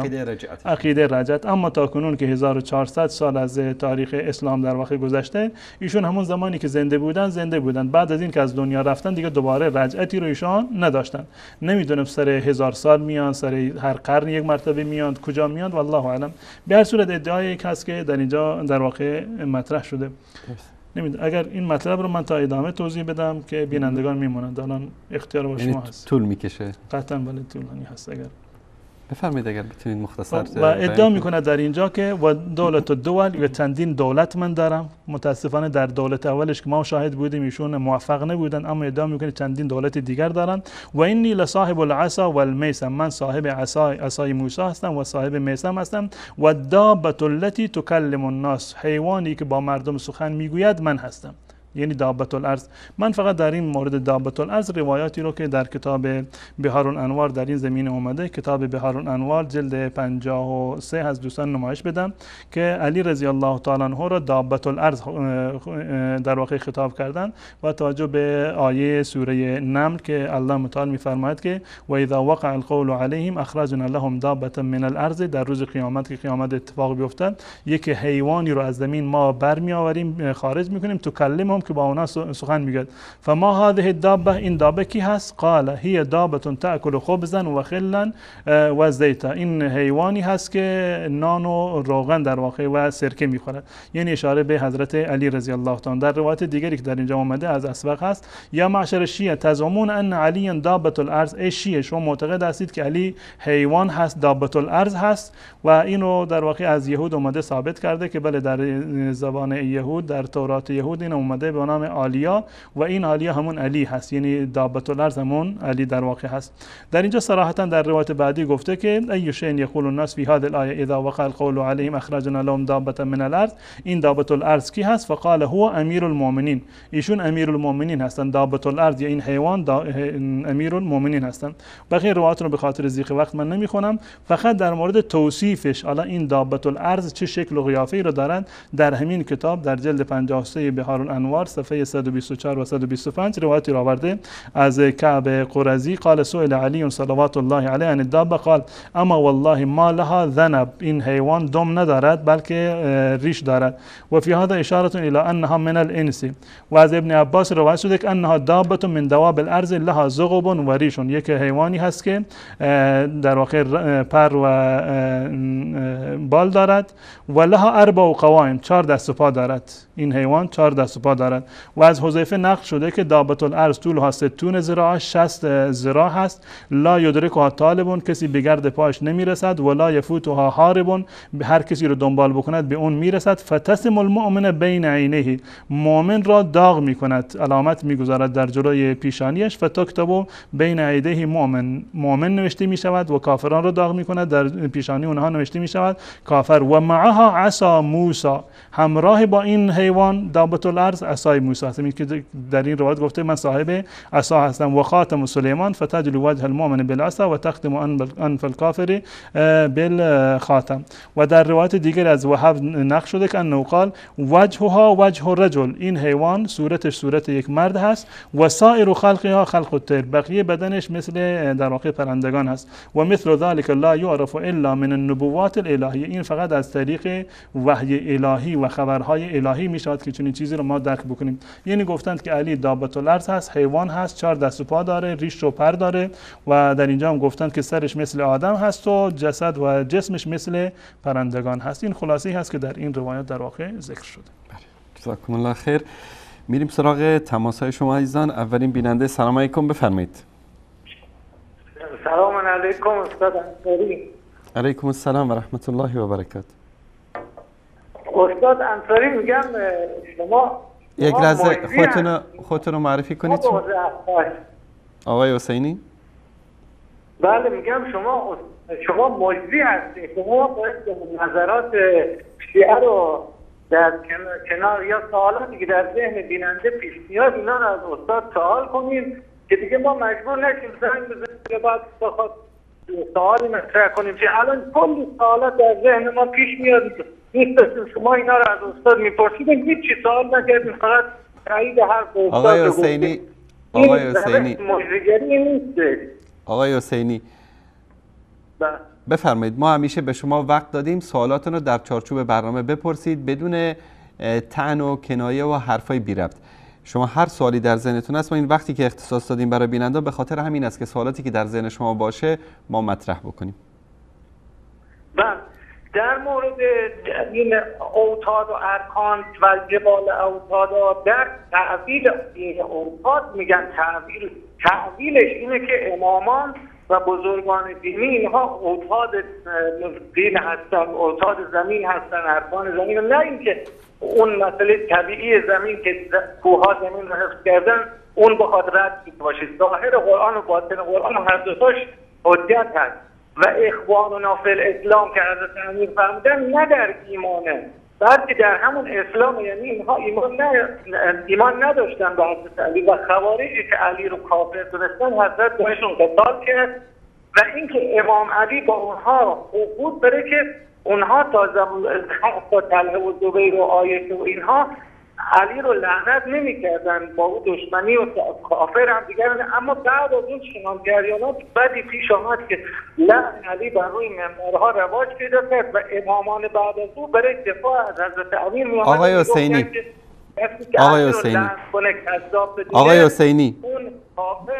آقای حسینی صدای منو دارید؟ بله. من گفتم شما سوالاتتون رو مطرح بکنید. شما فقط رفتید رو منبر حرفای خودتون رو گفتید، هیچ سوالی نکردید. الان شما فرمودید که در ذهن شما در اثنای برنامه سوالاتی ایجاد شد. من دوست داشتم این سوالات رو مطرح بکنید تا حضرت استاد بهتون پاسخ بدن. اما اینکه فرمودید که قرآن ظاهر و باطن داره، خب این عقیده باطلی است که شماها دارید، خلاف قرآن کریم. آقای حسینی، خلاف قرآن کریم و خلاف تفسیر و خلاف سنت و خلاف حقیقت دین مبین اسلام است. قرآن ظاهر و باطن نداره. قرآن همون که عرب بیابانگردی که زمان رسول الله صلی الله علیه و سلم قرآن رو متوجه شد، همینطور ما هم همین گونه متوجه شدیم. در طول تاریخ اسلام مسلمین این گونه متوجه شدن، غیر از فرقه‌های باطنی گمراه به خاطر اینکه اون عقیده کفری و باطل و خزعبلات خود رو به مردم بقبولانن ادعا کردن که قرآن ظاهر و باطن داره. متوجه شدید آقای حسینی؟ آقای حسینی قرآن کریم گفته که قرآن کریم گفته که کوها میخهای زمین یا ارکان زمین هستند، خیلی واضح و آشکار. و آقای کلینی ادعا کرده که ائمه هستند. الان این در تضاد با قرآن کریم است و این تفسیر باطنی که شما آوردید یک روایت از رسول الله صلی الله علیه و سلم برای این بیارید. این اولا. ثانیا در مورد این که ادعا کردید که اینو که اخواننا بغوا علینا گفته، شما حرفتون کاملا مخالف با آنچه است که در کتب شیعه اومده. گفتید که اونها مسلمان نیستن و منافق هستن و کافر هستن و این مسلمان هستن، مؤمن نیستن. مؤمن نیستن. خب ببینید کافر روایت کاملا خلاف ادعای شماست. روایت رو نشون بدید در مستدرک الوسائل کتاب جهاد صفحه 68. سئل عن قتل الجمل، در مورد کشتای جمل سوال شد. امشرکون هم، آیا مشرکین هستند؟ لا بل من الشرک فروا. یک لحظه، از شرک فرار کردن. آیا یک انسانی که مؤمن نباشه از شرک فرار میکنه؟ عقل شما کجاست؟ فمنافقون، آیا منافق هستند؟ آقای حسینی صبر کنید. آقای حسینی صبر کنید. آیا منافق هستند؟ آیا منافق هستند؟ چون اونا ادعا میکردن که مؤمن هستند. کسی که مؤمن نباشه و ادعای ایمان بکنه منافق است. اینجا میگه که فمنافقون قال لا ان المنافقین لا یذکرون الله الا قلیلا. از صفات مؤمنین این است که ذکر الله سبحانه و تعالی رو زیاد انجام میدن و سیدنا علی رضی الله تعالی در اینجا تایید میکنه که اونا ذکر الله رو زیاد انجام میدن و منافق نیستن. پس گفت کیا هستن؟ قال اخواننا بغوا علینا. این حرفای شما، رو منبر رفتن شما، هیچ دلیل و برهان شرعی و علمی و منطقی نداشت و شما سوالم نداشتید آقای حسینی. تشکر میکنم. اگر سوالی دارید در رابطه با موضوع برنامه آقای حسینی، خواهشاً آقای حسینی، خواهشاً من دوست دارم بینندگان گرامی ما صادق باشن. خدای نکرده ما نگیم که اتهام دروغگویی نزنیم به کسی. لطفاً سوال بکنید، نه اینکه برید رو منبر و همون خزعبلاتی رو که کلینی و مجلسی گفته شما هم نشخوار کنید. بله، شما الان نفس پیغمبر رو علی نمیدونید که در آیه قرآن بهش اشاره شده؟ سوالتون در رابطه با موضوع برنامه باشه. شما الان گفتین که پیامبر هر چی که داشت از علی هم باید همون گرفته بشه و از هر چی که نهی کرد از او هم رد بشه. آیا شما محمد و علی رو نفس یکدیگر مثل موسی و هارون نمیدونید؟ حلقه اتصال بین امام جعفر و امام باقر علی علیه السلام و حسن و حسین بودن. تشکر. سوالتون واضح است. متوجه شدم. انشالله پاسخ دریافت خواهید کرد. تشکرشون. سلام علیکم، بفرمایید. سلام علیکم. علیکم السلام و رحمت الله. آیا انصاری؟ بفرمایید. خوبی، خسته نباش. سلامت باشه. خودتون معرفی کنید، از کجا زنگ میزنید؟ من موسوی از شوشتم بودم. بفرمایید برادر گرامی. خواهش. آیا انصاری، اول یه اصلا خدمت چند دقیقه که تماس گرفتم گفتی که به نام حسین اومدی، اون برادر خانم من نبودم. از تلفن شما تماس گرفته بودن. باش، من معذرت میخوام برادر گرامی. بفرمایید سوالتون در رابطه با موضوع برنامه باشه. والا من برنامه ندیدم ولی فقط یه سوال دوست داشتم از استاد بکنم. من تشکر میکنم برادر بزرگوار. برنامه ما یعنی در چارچوب همین موضوعات برنامه باید سوال بکنید. انشالله در برنامه اون روزی که زنگ بزنید من در خدمتتون خواهم بود. من تشکر از شما. بعد سلام علیکم، بفرمایید. الو. بله. سلام، خسته نباشید. سلامت باشید. آقای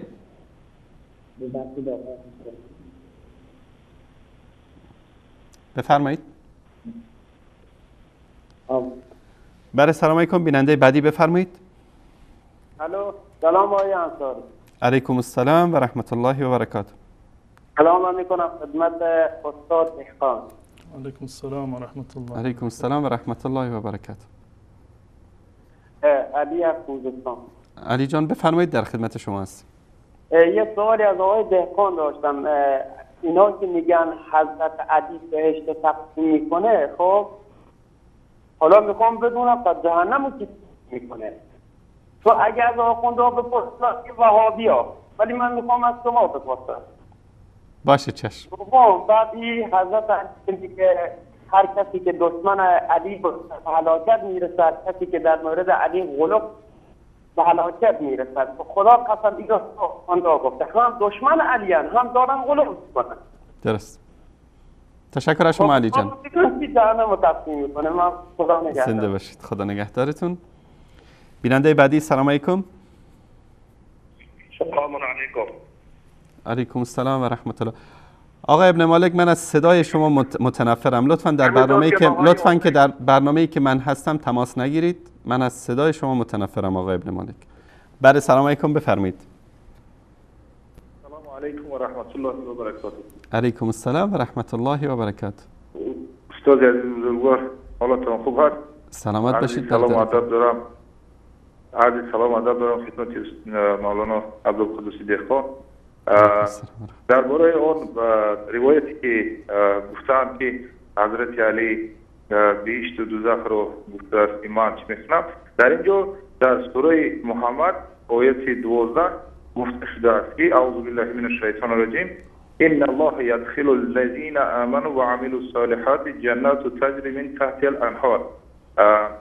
به درستی خدا آنان را که ایمان آوردن و کارهای شایسته کردن و بستانهای در می‌آورد که زیر آنها جوی‌ها روان است و آنان که کافر شدند بهره نمیگیرند و میخورند چنان که چهارپایان میخوردند و آتش جوی آنها است.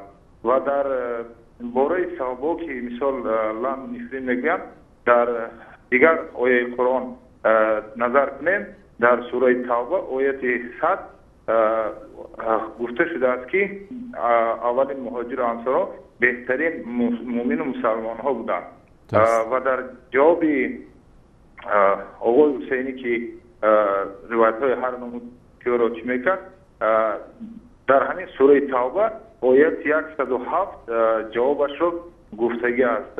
میتونستید از استاد خواهش میکردم که این رو واضح‌تر چی میکردن معنی داد میکردن بر ما. الله شما را نگهبان باشد. در حق ما دعا کنید. زنده باشید. الله متعال فتون کنه. علیکم السلام و رحمت الله و برکاته. بله سلام علیکم بفرمایید. سلام استاد گرامی. علیکم السلام و سلام بر استاد کارشناس شما. خودتون رو معرفی کنید از کجا زنگ سلام بر بینندگان عزیز. ابو مهدی ایران. ابو مهدی بفرمایید برادر عزیز. استاد گرامی درباره اینکه فرمودن تقسیم کننده بهشت حضرت علی هست یک سوالی به وجود می آید. خداوند در آیه 100 سوره توبه وعده بهشت داده به مهاجرین و انصار که ابوبکر و عمر و عثمان هم شامل می شود. و آقایون که میگویند اینها با هم مشکل داشتن، آیا حضرت علی اونجا چطوری جلوگیری میکند از ورود این بزرگواران به بهشت؟ چون خداوند در آیه 100 سوره توبه وعده بهشت داده به اینها. در مورد آقای حسینی هم اثرات خوب برنامه‌های شما واقعا خودش رو در اینجا عیان میکند که امثال آقای آخوندی یا آقای حسینی یا آقای رضایی یا آقای ابن مالک به واجبات افتادی‌اند و واقعا اینها دیوانه شده‌اند و روانی شده‌اند و تا چند وقت دیگه امثال اینها که دکون دستگاه اینا تعطیل شده روانه تیمارستان خواهد شد. و این که استاد گرامی امروز در کشور ما اکثر افراد شبکه تلگرام دارن و اکثر افراد واقعا محرومن از داشتن ماهواره چون ممنوع هست و واقعا مردم دسترسی ندارن. خواهشاً اگر لطف کنید آدرس تلگرام خودتون رو هم بدید و آدرس تلگرام استاد عبدالقدوس رو هم بدهید و اینکه کلیپ هایی که شما داشتید، من امروز دیدم یک کلیپ با محمد عزیز از شبکه شما پخش شد و به نام گفتگو. اگر لطف کنید این کلیپ های گفتگویتون رو تو تلگرام شبکه هم بگذارید، تو تلگرام شخصی خودتون هم بگذارید. واقعا مردم تشنه این گفتگوهای شما هستند و این گفتگوهای شما خیلی اثر بخش است. یه برنامه این اگر لطف کنید یه توضیح بدید ممنون میشم درباره تلگرام، چون امروز اکثر مردم ایران بزرگترین کانالی که امروز مردم استفاده میکنن تلگرام هست. ولی متاسفانه شما روی تلگرام زیاد برنامه ریزی نکردید، نمیدونم برنامه چی هست. درست باشه، چشم. ممنون، خدا نگهدارتون. تشکر از شما. آخرین تماس رو میگیریم. برای سلام علیکم بفرمایید. ان الله یمسک السماوات والارض ان تزولا ولئن زالتا ان امسکهما من احد من بعده رو شما بفهمید. میگن جاذبه هست که آسمان ها و زمین. آقای حسینی دنیا اینقدر آقای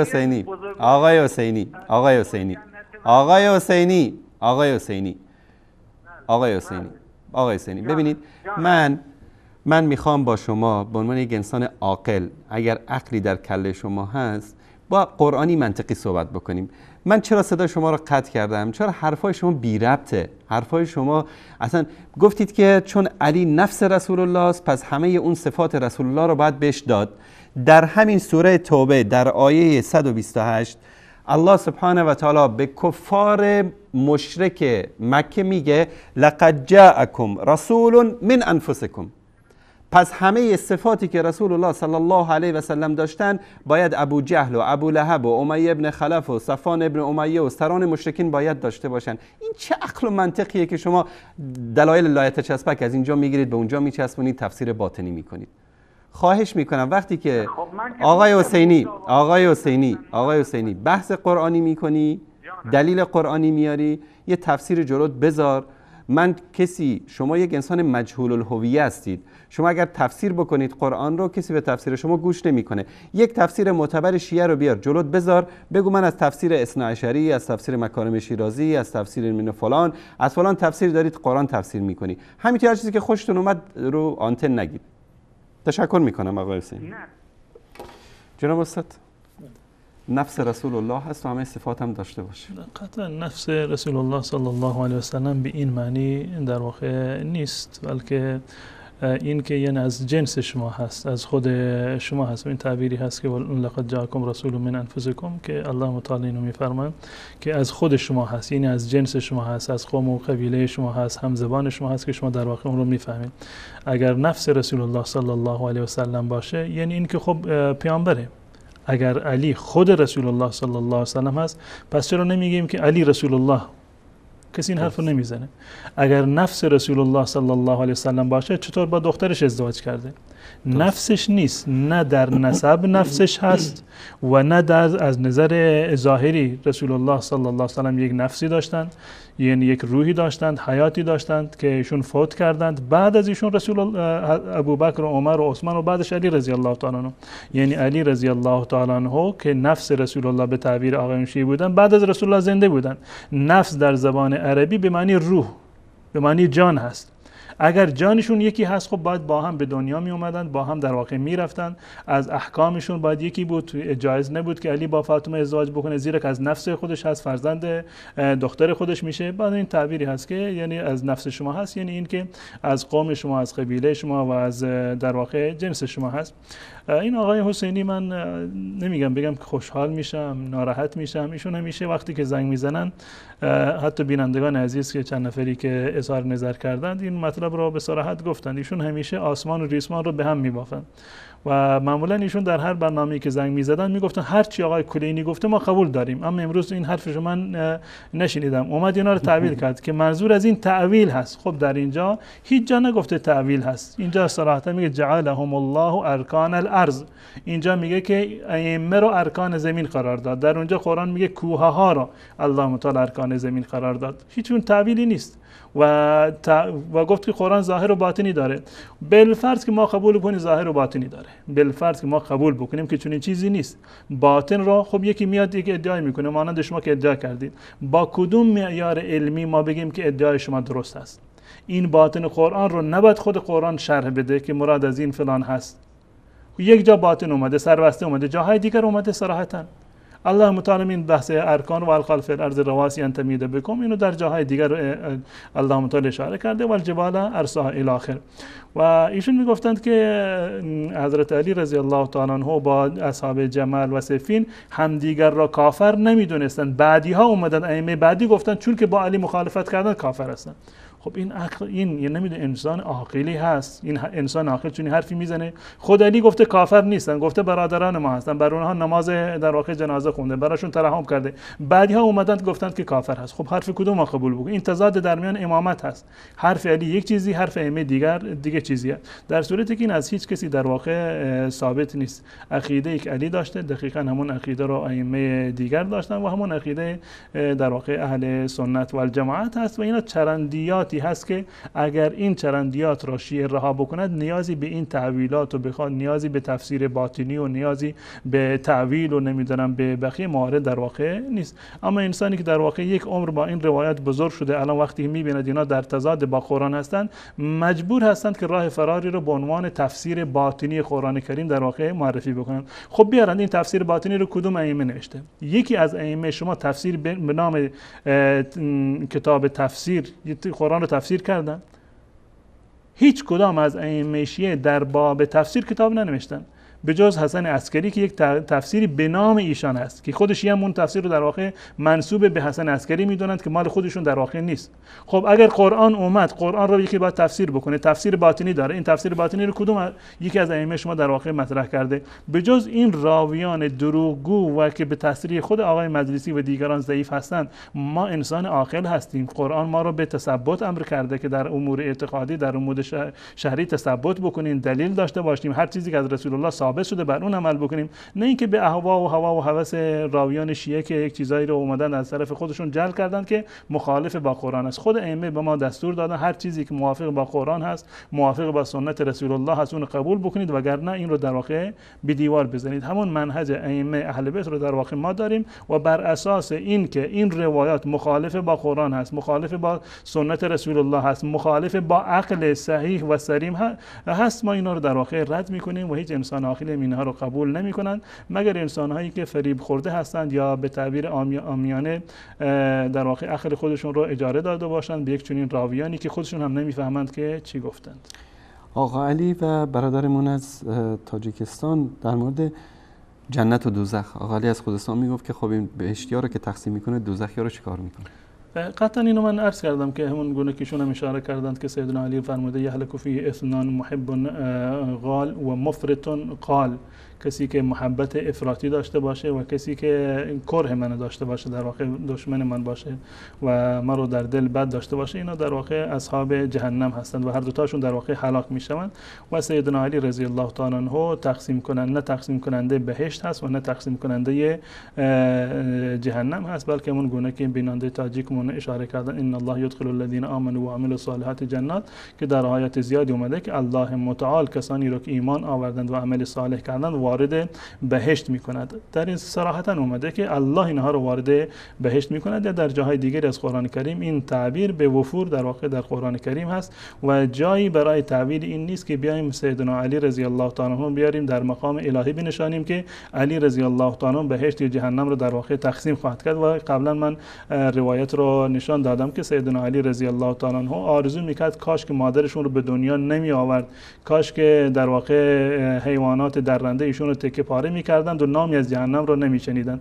کسی که این همه از جهنم میترسد و آرزو میکند کاش که به دنیا نمی آمد، مادرشون رو نمیزایید، چگونه ممکن است که ایشون بیاند و در واقع تقسیم کننده جهنم باشند؟ جزاکم الله خیر. آیه 107 سوره توبه رو بیننده گرامی گفتن اگر که در موردش صحبت بکنید که والذین اتخذوا مسجدا ضرارا و کفرا و تفریقا بین المؤمنین. این در واقع ارتباطی به موضوع برنامه نداره و در مورد منافقانی هست که در غیاب رسول الله صلی الله علیه وسلم مسجدی رو ساختند که ظاهرش این بود که در واقع برای عبادت الله متعال بود، اما چون که کافر بودن هدفش در واقع ضربه زدن به اسلام بوده و جمع کردن مشرکان و سپاهی در اونجا بوده و حمله به مدینه بوده. الله متعال دستور دادن به رسول الله صلی الله علیه وسلم که اجازه نداری که در اون مسجد در واقع بروید نماز بخوانید و رسول الله صلی الله علیه وسلم اون مسجد رو در واقع تخریب کرد. جزاکم الله خیر. تشکر میکنم از بیننده موحدمون ابو مهدی عزیز که در مورد تلگرام صحبت کردن. انشالله در روز سه‌شنبه من کانال تلگرام شخصی خودم ان شاء الله اعلان خواهم کرد. اما شبکه وصال حق کانال تلگرام داره که همین مواردی که شما اشاره کردید ما روزانه دوستانمون در کانال تلگرام نشر میکنن، خاصا کلیپ های گفتگو رو احمد جان لطف کردن و زیرنویس هم کردن و بعد از پایان برنامه هم ان شاء الله اعلان صفحه تلگرام شبکه جانی وصال حق پخش خواهد شد و سعی میکنیم که از این به بعد ان شاء الله بیشتر به صفحه تلگرام توجه بکنیم. تشکر میکنم از تک تک شما عزیزان، کسایی که تماس گرفتن و کسایی که پشت خط موندن، عذر میخوایم ازشون و تشکر ویژه از شما جناب مولانا. زنده باشید. و تشکر از شما عزیزانی که تا این لحظه با ما همراه بودید و تشکر از همکاران عزیزمون که با ما همکاری کردن تا تهیه این برنامه. تا فرصت دیگر و برنامه دیگر الله یار و نگهدارتان باد و صلی الله علی سیدنا و حبیبنا محمد و علی آله و صحبه اجمعین و السلام علیکم و رحمت الله و برکاته.